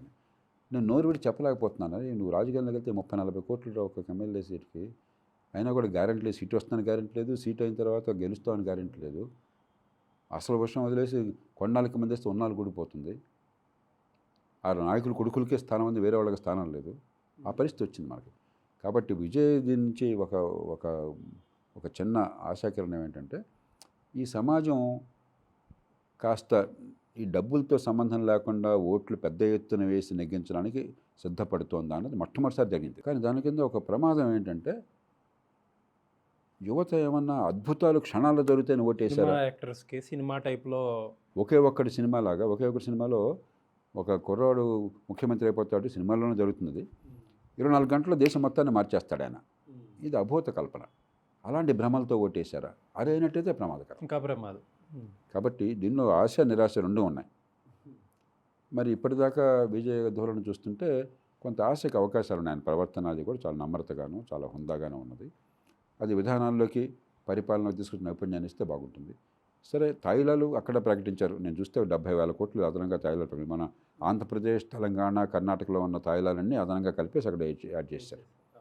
ఒక 60-70 వేల కోట్లు అవుతుంది. తమిళనాడు తట్టుకోగలదు, కానీ ఆర్థికంగా కొంచెం దెబ్బతింటుంది ఖచ్చితంగా. వాటిని పక్కన పెడదాం, నెమ్మదిగా వాళ్ళు చేస్తారనుకుందాం. కానీ అది పక్కన పెట్టినా కూడా పరిపాలన బాగుపడడానికి లోతైన వ్యూహము, విధానాలు ఉన్నాయి లేదా అని చూడాలి మనం. సార్, ఫ్రీబీస్ గురించి బాగా ఎక్కువగా మాట్లాడి అలసిపోయిన వ్యక్తేమో మీరు, ఒక రకంగా చెప్పాలంటే. సమాజాన్ని అబ్జర్వ్ చేస్తుంటే, ఇప్పుడు ఒక గవర్నమెంట్ వచ్చింది, 1,00,000 కోట్లు ఇస్తామని ఉంది, పోనీ 80,000 కోట్లు ఇచ్చింది అనుకుందాం. నెక్స్ట్ ఎలక్షన్స్కి వాడిచ్చే 80,000 కోట్లు 1,00,000 కోట్లకో కాకుండా ఇంకొక 1,50,000 కోట్లు ప్రామిస్ చేస్తాను, 2,00,000 కోట్లు ప్రామిస్ చేస్తాను. ఏం వచ్చినాయి అనే దానికంటే కూడా ఏమి ఇస్తావు అనే దాని మీద ఓటింగ్ ఎక్కువ జరుగుతుంది. అది సహజం. ఒక రకంగా మంచిది కూడా. లేకపోతే ఇచ్చావు కాబట్టి జీవితంతో రుణపడి ఉంటానని చెప్పంటే బానిసలైపోతారు. కాబట్టి సంక్షేమం వద్దని నేను ఎప్పుడు అన్నాం. డబ్బులున్న అమెరికా లాంటి దేశంలో కూడా social security schemes, social security ఒక 15% మంది ప్రజలకి, దాదాపు 30-40 మిలియన్ ప్రజలకి ఉచితంగా ఫుడ్ అందుతుంది, ఫుడ్ స్టాంప్స్ పేరు, అవును, అమెరికా లాంటి దేశంలో. కాబట్టి ఒక పేద దేశంలో ఇది అందులో ప్రజాస్వామ్యం. ప్రజలు అందరిని ఆకట్టుకోవాలి, అందరినీ ప్రశాంతంగా ఉంచగలగాలి, కష్టాల్లో ఉన్న వాళ్ళు కూడా ఓటు వేయించాలి, జీవన సంస్థల భాగస్వామ్యం చేయాలి. కాబట్టి సంక్షేమం లేని రాజకీయం సాధ్యం కాదు. అలాగే దీన్ని తక్కువగా అవమానించడం మంచిది కాదు. ఫ్రీ బీస్ అన్నమాట నేను వాడిని. సంక్షేమం, వెల్ఫేర్, వ్యక్తిగతమైన సంక్షేమ పథకం, దాని ప్రత్యామ్నాయం సామూహికమైన అభివృద్ధి పథకం. ఈ రెంటికి మధ్య పోరాటం జరుగుతుంది. రెండు అవసరం. మరి ఏం చేయాలి? సమతూకాన్ని పాటించాలి. సమతూకం నా దృష్టిలో ఏమిటి అంటే, మీకు పన్నుల రూపంలో వచ్చే డబ్బు, మీ సొంతంగా రాష్ట్రంలో మీకు వచ్చే డబ్బు కావచ్చు, ఓన్ రిసోర్సెస్ అంటాం, పన్నుల రూపంలో రాష్ట్రం వసూలు చేసే డబ్బు. అలాగే ఢిల్లీ నుంచి పన్నుల వాటా మనకు వస్తుంది, అవును, డెవల్యూషన్, మన హక్కు ఉంది, అది కూడా మన డబ్బే. ఈ రెండు కలిపి మీ ఆదాయాన్ని మీరు ఎలాగైనా ఖర్చు పెట్టండి, ఎంత సంక్షేమానికైనా ఖర్చు పెట్టండి. జీతాలు, భత్యాలు, ప్రధానంగా జీతాలు, పెన్షన్లు, వడ్డీలు, సంక్షేమం, ఇవి ప్రధానమైన ఖర్చు. ఇది మీ ఇష్టం. కానీ అప్పు చేసి మాత్రం వీటి కోసం ఖర్చు పెట్టుకోకండి. అప్పు చేసి పప్పు కూడా తింటే మన పిల్లల మీద భారం పెట్టి, అప్పుల భారం పిల్లల మీద పడుతుంది. పిల్లలకి ఆస్తులు పెంచట్లా మనం, పిల్లలకి ఆదాయాలు పెంచట్లా. ఏ కుటుంబంలో అయినా సరే తల్లిదండ్రులు విలాసాలకు డబ్బులు ఖర్చు పెట్టి, ఆడంబరాలకు డబ్బులు ఖర్చు పెట్టి, దానికోసం అప్పు చేసి పిల్లల మీద అప్పుల భారాన్ని పెట్టి చచ్చిపోయారు అనుకోండి, మనం ఏమంటాం వాళ్ళని? ఫెయిల్డ్ పేరెంట్స్ అని తిట్టుకుంటారు, పిల్లలు కూడా తిట్టుకుంటారు. కాబట్టి అప్పు చేసిన డబ్బు కనీసం ఆస్తుల పెంపకానికి, ఆదాయం పెంపకానికి ఉపయోగపడాలి. మీకు వచ్చే ఆదాయం మీరు ఎలా చేస్తారు? కొంచెం బాధ్యత గలవారైతే కొంచెం దానిలో కూడా పొదుపు చేస్తారు, బాధ్యత లేకపోతే దాన్ని ఖర్చు పెడతారు. ఇప్పుడు ఉదాహరణ కొన్ని రాష్ట్రాలు అలా చేస్తున్నాయి. ఒరిస్సా తీసుకోండి, ఒక పేద రాష్ట్రం. 30,000 కోట్ల రూపాయల పైచులకు ఒరిస్సాలో ప్రతి సంవత్సరం మీ ఆదాయంలో మిగులు సాధిస్తున్నారు. ఆ డబ్బులు ప్లస్ అప్పు చేసి అవి ఎంతగానో పెట్టుబడి పెడుతున్నారు. ఉత్తరప్రదేశ్ గత సంవత్సరం 2 ఏళ్ల క్రితం 78,000 కోట్లు, గత సంవత్సరం 38,000 కోట్లు మిగులు చేసి ఒక పేద రాష్ట్రం మొత్తం పెట్టుబడులకు పెడుతోంది. మహారాష్ట్ర మిగులు చేసి పెట్టుబడులు పెడుతోంది. గుజరాత్లో ఈ సారాయి కూడా లేదు, సారాయి నిషేధించారు. అంటే మన రాష్ట్రాలతో, తెలుగు రాష్ట్రాలతో పోలిస్తే 70-80 వేల కోట్ల రూపాయల ఆదాయం పోతున్నట్లు లెక్క. 2 తెలుగు రాష్ట్రాలు కలిస్తే ఒక 70-80 వేల కోట్లు ఏదో రూపంలో సారాయి నుంచి ఆదాయం వస్తుంది. అంత ఆదాయాన్ని కోల్పోయి కూడా వాళ్ళు మిగులు సాధించి అభివృద్ధి పథాన్ని పెడుతున్నారు. కాబట్టి ఈ దేశంలో కొన్ని రాష్ట్రాలు చేస్తున్న మీరు ఎందుకు చేయలేరు? వాళ్ళు ఏమైనా అన్పాపులర్గా ఉన్నారా? ప్రజల్లో మంచి ప్రచారం ఉంది, మంచి పేరు ఉన్నది. 25 ఏళ్ల పాటు పరిపాలన చేశారు ఒరిస్సాలో నవీన్ పట్నాయక్. 25 ఏళ్ల పాటు. మీరంతా 5 ఏళ్ళకే తలముఖం వేస్తున్నారు. కాబట్టి ప్రజల్లో గౌరవం లేకలేదు మీరు సరైన పాలన అందిస్తే. కాబట్టి మనం ఉచితాలు ఉండాలో వద్దాని కాదు సమస్య, ఒక బ్యాలెన్స్ ఉండాలి. అది సాధ్యం. దానికి నా దృష్టిలో ఇది ఒక ఫార్ములా, దీని పక్క వెళ్ళాలి మనం. సార్, ఫైనల్ క్వశ్చన్, యూత్లో బాగా డిబేట్ అయ్యే క్వశ్చన్ ఇది. రిజర్వేషన్స్ క్యాస్ట్ బేస్డ్గా మన రిజర్వేషన్స్ ఉన్నాయి. ఎప్పటికొకప్పుడు ఒక ఎక్స్పైరీ డేట్ ఉండాలి, లేకపోతే ఒక తరం గనక రిజర్వేషన్ అనుభవిస్తే తర్వాత తరాల నుంచి ఉండకూడదనో, లేకపోతే ఈ రిజర్వేషన్స్ అనేవి కాస్ట్ బేస్డ్ కాదు, ఫైనాన్షియల్ బేస్డ్గా ఉండాలి అని చెప్పే యువత అంతకంతకే పెరుగుతుంది. ఏదో ఓసీ అయితే 100 ర్యాంక్ వచ్చిన వాడికి రాలేదు, లేకపోతే ఎస్సీ ఎస్టీల్లో వేలల్లో వచ్చిన వాళ్ళకి వచ్చినాయి సీట్లు, ఇలాంటివి చాలా వింటా ఉన్నాం. ఇది కూడా సమాజంలో ఒక రకమైన అన్రెస్ట్, యూత్లో ఎస్పెషల్గా. దీనికి ఏంటి ఒక సొల్యూషన్? ఈ ఎక్స్పైరీ డేట్, ప్రైవేట్ రంగంలో కూడా రిజర్వేషన్లు తెచ్చేస్తామనే గవర్నమెంట్ ఒకవైపు యువత ఏమో యాస్పిరేషన్స్ ఇలా ఉన్నాయి. అసలు ఏంటి సార్ దీనికి ఒక సొల్యూషన్ ఏంటి? మీరు మంచి పదం వాడారు, ఎక్స్పైరీ డేట్ అని చెప్పని. అంబేద్కర్ ఈ మాట చెప్పారు. అవును, ఇన్ఫ్యాక్ట్ అది డిస్కషన్ కూడా జరుగుతుంది. రాజ్యాంగంలో పెట్టింది అంబేద్కర్. 10 ఏళ్ళు ఎందుకు పెట్టారైనా? అదే కదా 15 కావచ్చు, కానీ ఎందుకు పెట్టారు 10 ఏళ్ళు అని చెప్పని? అరే, ప్రస్తుతం ఈ బిడ్డలకి, ఈ కులాల్లో పుట్టిన బిడ్డలకి మంచి అవకాశాలు ఇవ్వలేకపోతున్నాం వలస పాలన కారణంగా. ప్రజాస్వామ్య భారతంలో అవకాశాలు అందించే లోపల, అందరికీ ఎదిగే అవకాశాలు అందించే లోపల మరి అందరినీ కలుపుకోవాలి. కాబట్టి తాత్కాలికంగా రిజర్వేషన్ అని చెప్పి ఆయన అనుకున్నారు. మన వాళ్ళు ఏం చేశారు? అవకాశాలు అందించే ప్రయత్నం చేయకుండా ఎదిగే అవకాశాలని రిజర్వేషన్లు శాశ్వతంగా మార్చి దాన్ని పరిష్కారంగా నటించి కులాల మధ్య తంపులు తీసుకొచ్చి ఈ కులం చేరాలని ఆ కులం చేరాలని ఉద్యమాలు తీసుకొచ్చి, ఉదాహరణకి మీకు గుర్తుందో రాజస్థాన్లో బీజేపీ ప్రభుత్వం అధికారంలోకి వచ్చే ముందు జాట్లను బీసీలుగా చేస్తామని ఆమె, అక్కడ మహిళా ముఖ్యమంత్రి తర్వాత అయింది కదా ఆవిడ, విజయరాజే సింధియా, ఆమె ప్రకటించి అధికారంలోకి వచ్చింది. జాట్లు సంబరపడ్డారు. వెంటనే గుర్జర్లు అనేవాళ్ళు బీసీలుగా ఉన్నవాళ్ళు వాళ్ళు వస్తే మాకు పోతుంది కదా అని వాళ్ళు ఉద్యమం చేశారు. వీళ్ళని శృతి ప్రచారం చెప్పి మిమ్మల్ని ఎస్టీలు చేస్తామన్నారు. వెంటనే మేళాలు అనేవాళ్ళు ఎస్టీలుగా ఉన్నవాళ్ళు అరే వీళ్ళు వస్తే మన పోతుంది వాళ్ళు ఉద్యమం చేశారు. ముగ్గురు కలిసి ఢిల్లీ దాకా స్తంభింపజేశారు. ఈ కులాల మధ్య తంపులు తీసుకొచ్చి రాజకీయ పబ్బం గడుపుతున్నారు. అదే సమయంలో పోనీ ఈ కులాలకు న్యాయం జరుగుతుందా మీరు అది ఆలోచించండి. రిజర్వేషన్ ఉన్న తర్వాత చూద్దాం. దళిత వర్గాలు ఉన్నారు, ఎస్సీ ఎస్టీ ఉన్నారు. నిజంగా కులాలకు న్యాయం జరుగుతుందా? లేదు. కాబట్టి రిజర్వేషన్ పొందుతున్న వర్గాలకి అసంతృప్తి ఉన్నది, పొందని వర్గాలకి బాధ ఉన్నది. ఇది చాలా జీనియస్ కావాలి. రెండు వర్గాలకి బాధ కలిగించాలని చెప్పంటే ఎంత ఎంత చిత్రత కావాలి. ఈ మధ్య తప్పులు పెట్టి ఆనందిస్తున్నాం. ఏం జరుగుతుంది? ఇది పరిష్కారం ఏంటి? నిజంగా కులం పేరుతో వివక్ష గతంలో ఉన్నమాట వాస్తవం. ఇప్పటికి కూడా పేదరికము, అవకాశాల లేమి కులంతో చాలా మేరకు ముడిపడినమాట వాస్తవం. 100% ముడిపడిందని అంటారు. కానీ ఎక్కువ భాగం ఈ కొన్ని కులాలకు పరిమితమైన మాట వాస్తవం. సరే, సోకాళ్ళ అగ్ర కులాల భేదాల సంగతి ఏంటంటే ఇప్పటికే 10% రిజర్వేషన్లు పెట్టి సుప్రీంకోర్టు ఒప్పుకొని దాని గురించి పెద్ద చర్చ లేదు, పక్కన పెట్టేద్దాం. ఇప్పుడు మనం ఆలోచించాల్సింది ఎందుకని రిజర్వేషన్ ఫలితాలు రావట్లేదు. రెండు జరుగుతున్నాయి. ఒకటి, పరమ నాసి రకమైన విద్య అందుతుంది. పేరుకి విద్య తప్ప పొట్టగోస్తే అక్షముక్కలు అనే చెత్త విద్య అందుతుంది. రిజర్వేషన్ ఎక్కడుంది? హైయర్ ఎడ్యుకేషన్ ఇన్స్టిట్యూషన్లో, కాలేజీల్లో ఉంది, స్కూల్లో లేదు, యూనివర్సిటీల్లో ఉంది, గవర్నమెంట్ ఉద్యోగాల్లో ఉంది. కానీ మొత్తానికి పునాది ఏంటి? School education. స్కూల్ ఎడ్యుకేషన్ ఏ కులమైనా కుటుంబమైనా జేబులో డబ్బులు పైసా ఖర్చు కాకుండా మంచి క్వాలిటీ ఎడ్యుకేషన్ అందించారనుకోండి, చైనాలో అంతుంది, దాదాపు అన్ని దేశాల్లో అంతుంది. అభివృద్ధి చెందుతున్న అన్ని దేశాలు, ఒక భారతదేశంలో తప్ప. అతి నాసి విద్య అందుతున్న దేశం పెద్ద దేశాల్లో భారతదేశం నెంబర్ 1. వర్స్ట్ పాసిబుల్ పేరుకి ఎడ్యుకేషన్, దొంగ ఎడ్యుకేషన్. మనం మోసం చేసుకుంటున్నాం. ఆ ఎడ్యుకేషన్ స్కూల్ లెవెల్లో అందకుండా, దేవుడిచ్చిన తెలివితేటలు బయటపడే అవకాశాన్ని ఇవ్వకుండా ఎన్ని రిజర్వేషన్లు ఇస్తే ఏమవుతుంది? అసలు ముందు పునాది ఉండాలిగా. బిల్డింగ్ ఏం కడితే ఉపయోగం ఉంది? పునాది లేకుండా బిల్డింగ్ ఏం కడితే కూలిపోతుంది. అదే జరుగుతుంది. ఎన్ని రిజర్వేషన్లు ఇచ్చినా కూడా ఆ వర్గాల్లో ఎక్కువ మందికి ఫలితం అందట్లా. ఎవరికి అందుతుంది? మొట్టమొదటి లబ్ధి పొందిన వాళ్ళు ఉన్నారు. వాళ్ళు ఐఏఎస్ ఆఫీసర్లో, ఎమ్మెల్యేలో, మరొకళ్ళు అయినారు. వాళ్ళ పిల్లలకు అద్భుతంగా ఉంది. ఈ పేరుతో అవసరం లేని వాళ్ళు అనుభవిస్తున్నారు. అవసరం ఉన్న వాళ్ళకి మంచి పాఠశాల విద్య లేక వాళ్ళ పేరు చెప్తున్నారు కానీ ఉపయోగం లేకుండా పోతుంది. కాబట్టి మంచి ప్రమాణాల స్కూల్ విద్య అట్లాగా, డబ్బదనంగా ఖర్చు పెట్టక్కర్లేదు. మంచి ప్రమాణాల స్కూల్ విద్య అట్లాగా, ఇది చాలా సులభం, చాలా సులభం. నేను ప్రతిరోజు ఈ మధ్యకాలంలో కొన్ని గంటలు కేటాయిస్తున్నాను మంచి ప్రమాణాల విద్య ఎట్లా అందించాలని చెప్పినది. పెద్ద ఖర్చు లేకుండా చేయొచ్చు. ఇది పరిష్కారం. సరే, ఈ ప్రైవేట్ రంగం, ప్రైవేట్ రంగంలో సాధ్యమో కాదు, అవసరమో లేదు. ఇది రాజ్యాంగ విరుద్ధం అవుతుంది, చచ్చిన కోర్టులు ఒప్పుకోవు.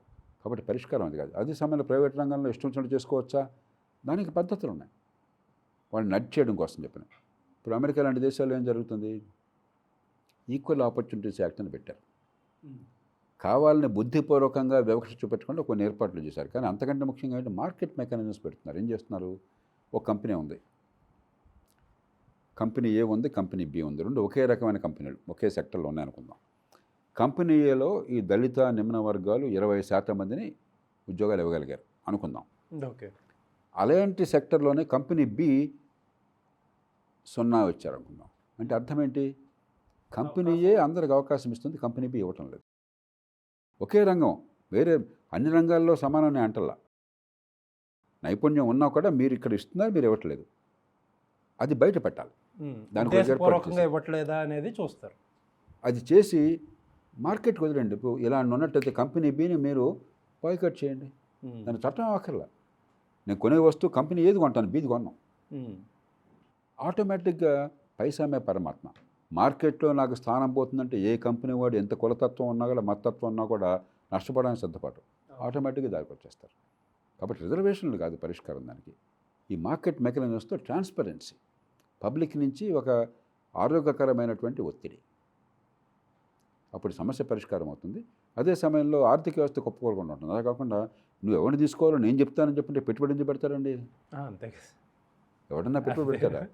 అవును. వాడు పెట్టుబడి పెట్టింది పెళ్ళాంలో నవలం ఉండొచ్చు, వాడు ఆస్తులు తాకట్టు పెట్టి ఉండొచ్చు, బోల్డ్ రిస్క్ తీసుకోవచ్చు, రేపొద్దున ఏమవుతుందని చెప్పి సంపద సృష్టి కోసం తాను పెరగాల, 10 మందికి ఉపాధి కలిగించాలని వస్తాడు. ఆ వచ్చినాడికి నువ్వు వీడినే తీసుకో, నేను చెప్పినట్టు తీసుకో, వాడిని తీసేయబోకు, పని చేసినా చేయకపోయినా ఈ రేటుకే అమ్ము, నీకు గిట్టుబాటు అయినా కాకపోయినా అని చెప్పంటే నమస్కారం పెట్టి హైదరాబాద్లో 1 ఎకరం భూమి కొంటానంటాడు. చాలామంది ఆ మార్గానికి వెళ్తున్నారు. కాబట్టి అది ఏ రకంగానూ పరిష్కారం, ఇది ప్రమాదకరం. కానీ దానికి ప్రత్యామ్నాయాలు ఉన్నాయి. అన్ని వర్గాలకి న్యాయం జరిగేట్టుగా మార్కెట్ పద్ధతులు ఉన్నాయి. మనం వాటిని ఆలోచించాలి.